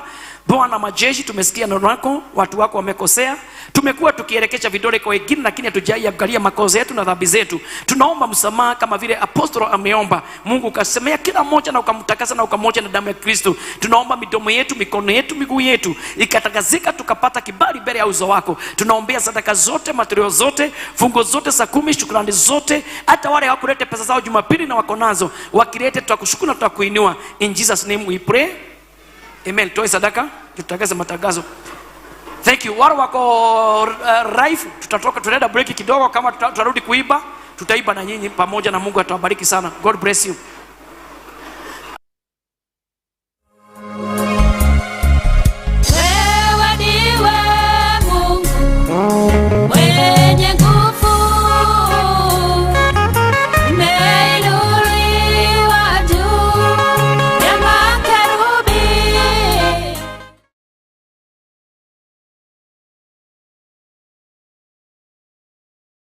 Leo ainuliwe Bwana wa mabwana, ainuliwe Mungu wetu leo, ainuliwe Bwana wa mabwana, ainuliwe, ainuliwe Mungu wetu leo, ainuliwe Bwana wa mabwana, apewe sifa Mungu wetu leo, ainuliwe Bwana wa mabwana, ainuliwe, ainuliwe Mungu wetu leo, ainuliwe Bwana wa mabwana, ainuliwe Mungu wetu leo, ainuliwe Bwana wa mabwana, ainuliwe, ainuliwe Mungu wetu leo, ainuliwe Bwana wa mabwana.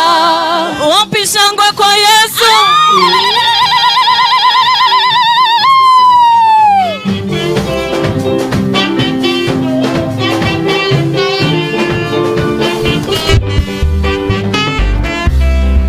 Ainuliwe Mungu wetu leo, ainuliwe Bwana wa mabwana.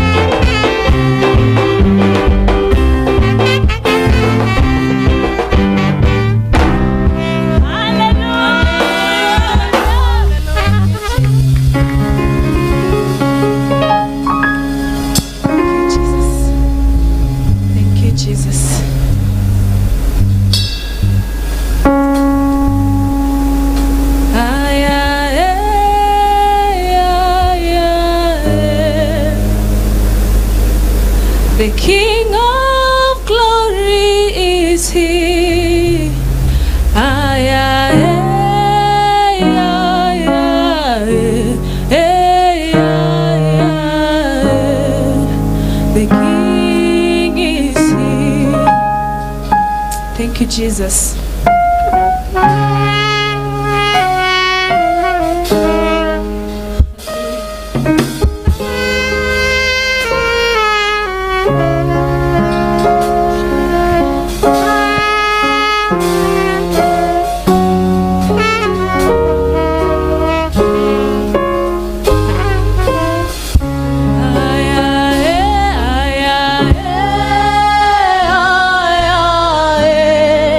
The King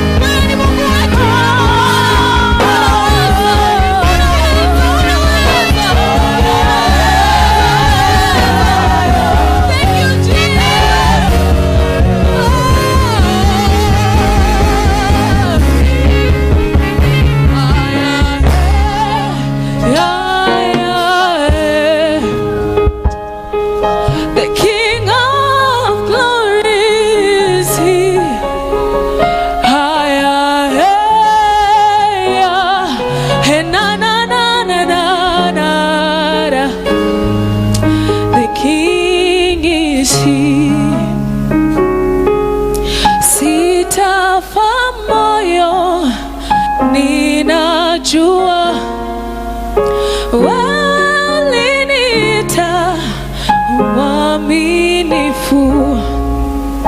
Kazi uliyoanza maishani mwangu, na kuamini utaimaliza. Sitafa moyo, ninajua waliniita mwaminifu. Kazi uliyoanza maishani mwangu, na kuamini utaimali. Sitafa moyo, ninajua Bwana uliniita, mwaminifu Yesu. Kazi uliyoanza maishani mwangu, na kuamini utaimaliza. Sitafa moyo, ninajua Bwana uliniita Yesu, kati ya wengi uliniita. Kazi uliyoanza maishani mwangu, na kuamini utaimaliza. Sitafa moyo, ninajua Yesu uliniita, mwaminifu Bwana.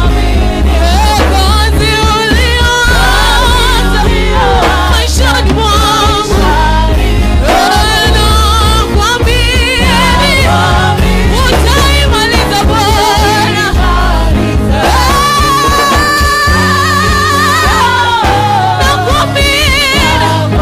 Asante Yesu, nakuamini utaimaliza Bwana.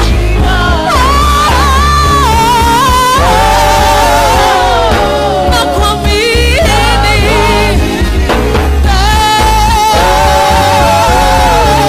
utaimaliza.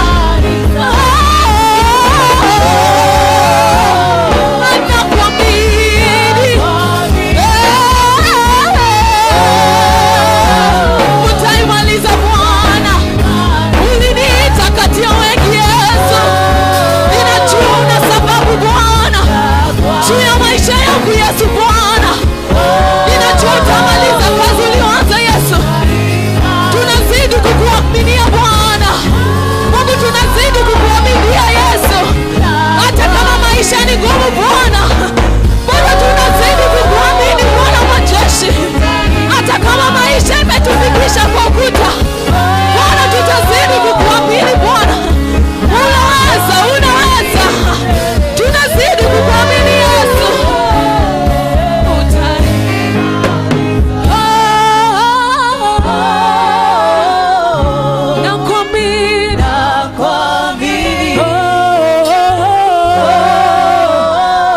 Utaimaliza Bwana.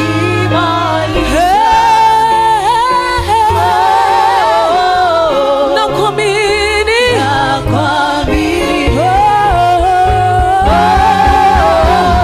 Asante Yesu.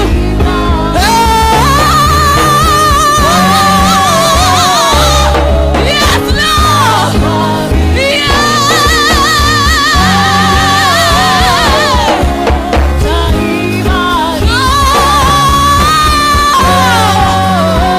Nakuamini Bwana.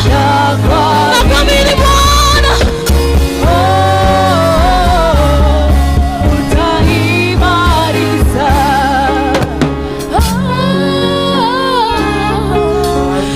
Nakuamini. Imba nami.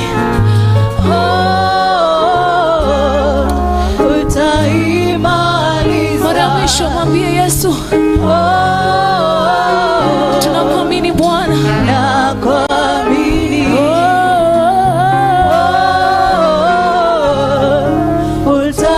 Utaimaliza.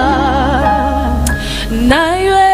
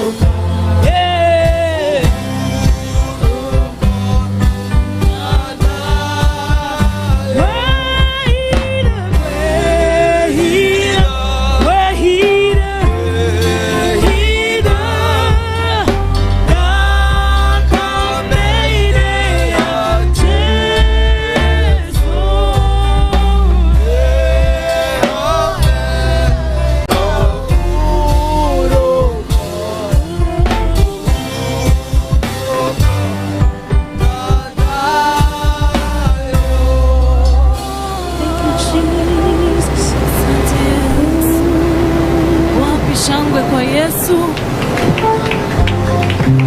Hallelujah. Wapi shangwe na vigelegele kwa Yesu.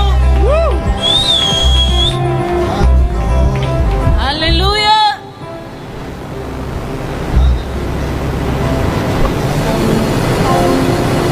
Oh, tunamshukuru Mungu Baba.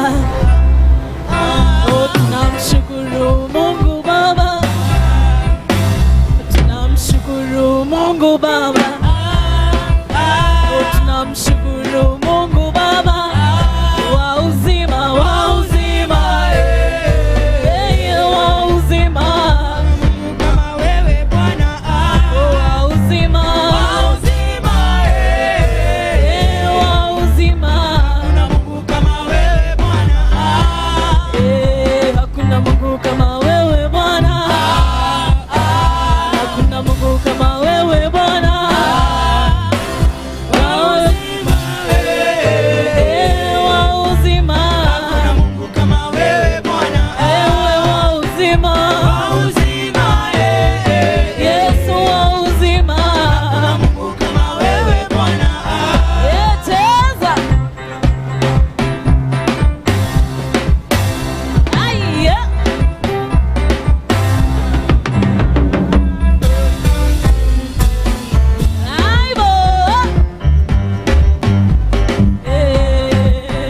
Hakuna Mungu kama wewe Bwana.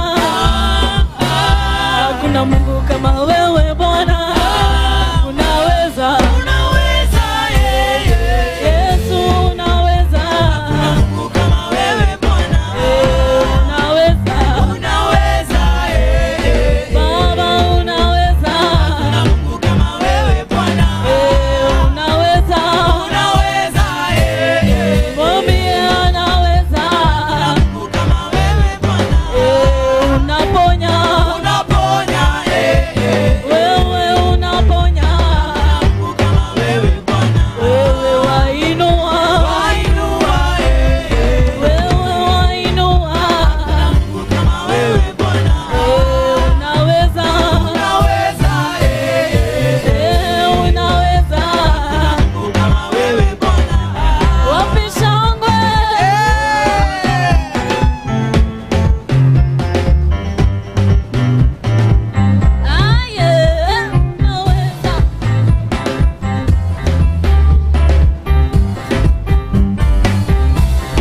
Nakaza mwendo nifike mbinguni, nakaza mwendo nimuone Yesu. Mimi mbinguni, nakaza mwendo nimuone Yesu. Nakaza mwendo nifike mbinguni, nakaza mwendo nimuone Yesu. Nakaza mwendo nifike mbinguni, nakaza mwendo nimuone Yesu. Hata kama nimelala njaa na wengine wananidharau,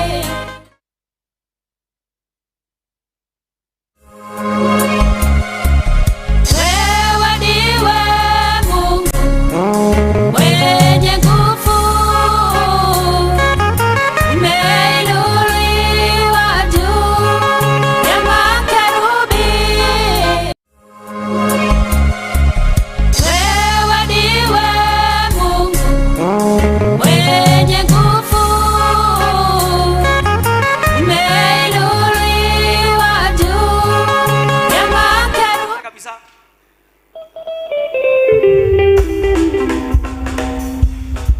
Wacha wanza vizuri.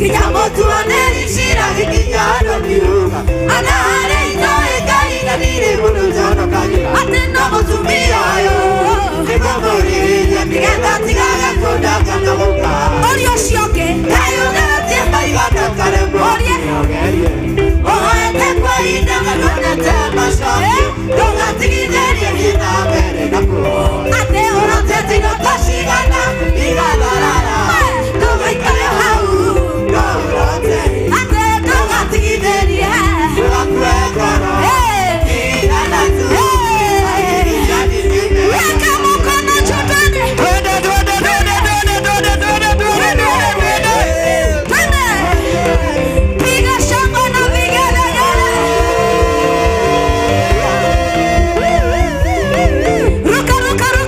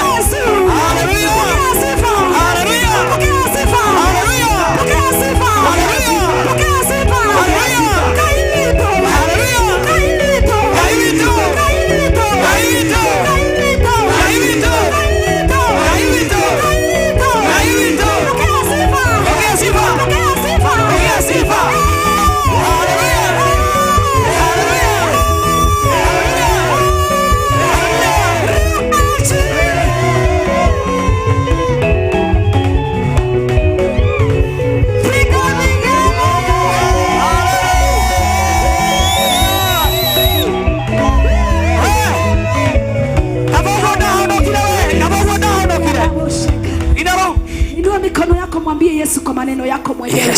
Mwira Ngai ndagutia. Ninakuheshimu. Nitagucokeria ngatho. Thank you nikuhe ũgima wa mwĩrĩ. Nakushukuru Baba. Thank you nikundeithia ngũgoce. Mathĩna makwa nĩ mathira. Ruo rwakwa nĩ rwathira. Mathire makwa nĩ wakuo. Nĩndagũgoca. Nĩtwagũtĩa. Nĩtwagũtĩa. Nĩtwagũtĩa. Nĩtwakwambararia. Athuri nĩ magũtĩa. Atumia nĩ magũtĩa. Ciana nĩ ciagũtĩa. Anake na airĩtu. Nĩtwagũtĩa Mwathani. Pokea sifa Bwana. Pokea utukufu wote. Tunakuheshimu. Tunakutukuza. Tunakuinua. Katika jina la Yesu. Tumeomba na kuamini. Pigia Yesu vigelegele. Kabla utoke, tukaimba wimbo moja. Niendike tuwekawe. Ndonge. Niweka kitabu tafadhali. Hiyo tu. Tuibe hiyo. Niendike tuwekawe. Weka hiyo kita. Alafu malizio ukitoka. Kavogwo utahaonokire. Kavogwo. Kavogwo. Weka.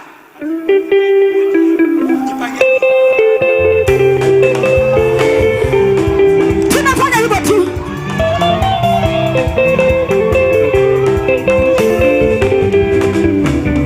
Niendike tuwekawe. Niendike tuweka ni kwa nimeko na yeo moja moja. Reka moja rugame.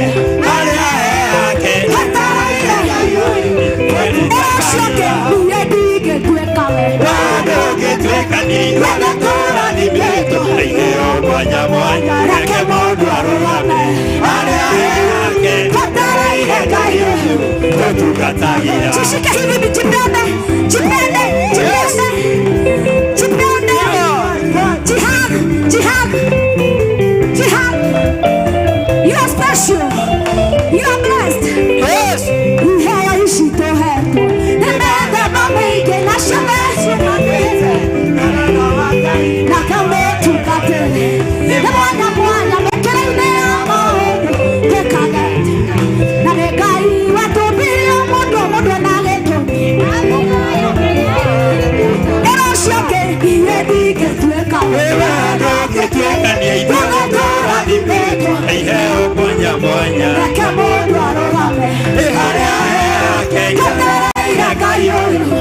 Niendike tuwekawe. Niendike tuweka ni idola ni meto. Eiheo moja moja. Reke modo arogame. Eharea yake. Katara ila kayoyo.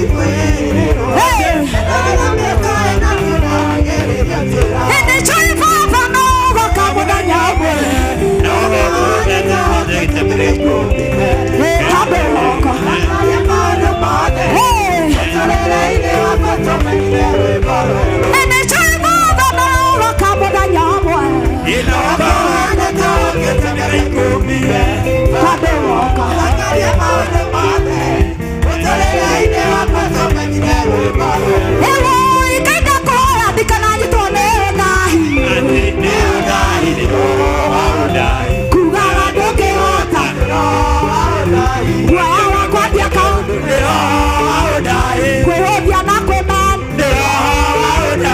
kuraga kuhonoka kuraga guthie kanitha ekagua waodai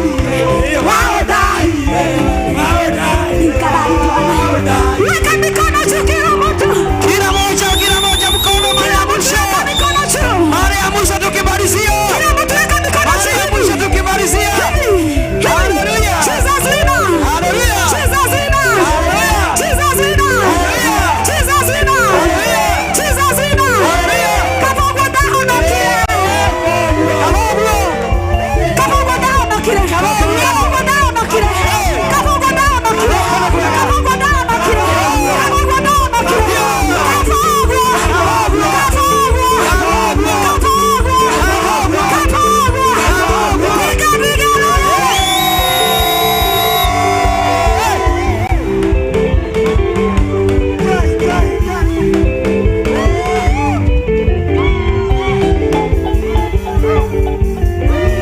Inama hivi kidogo. Sisi wote. Twende. Unachezea nani? Unaimbia nani? Unarukia nani? Haya, rukia Yesu basi.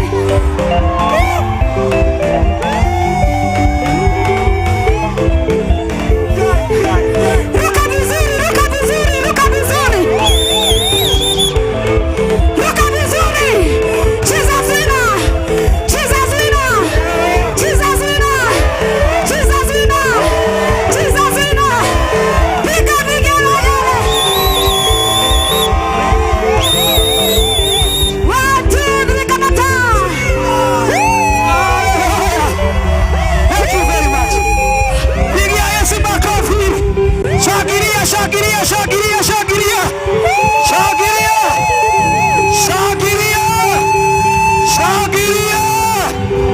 Hallelujah. Baba, katika jina la Yesu Kristo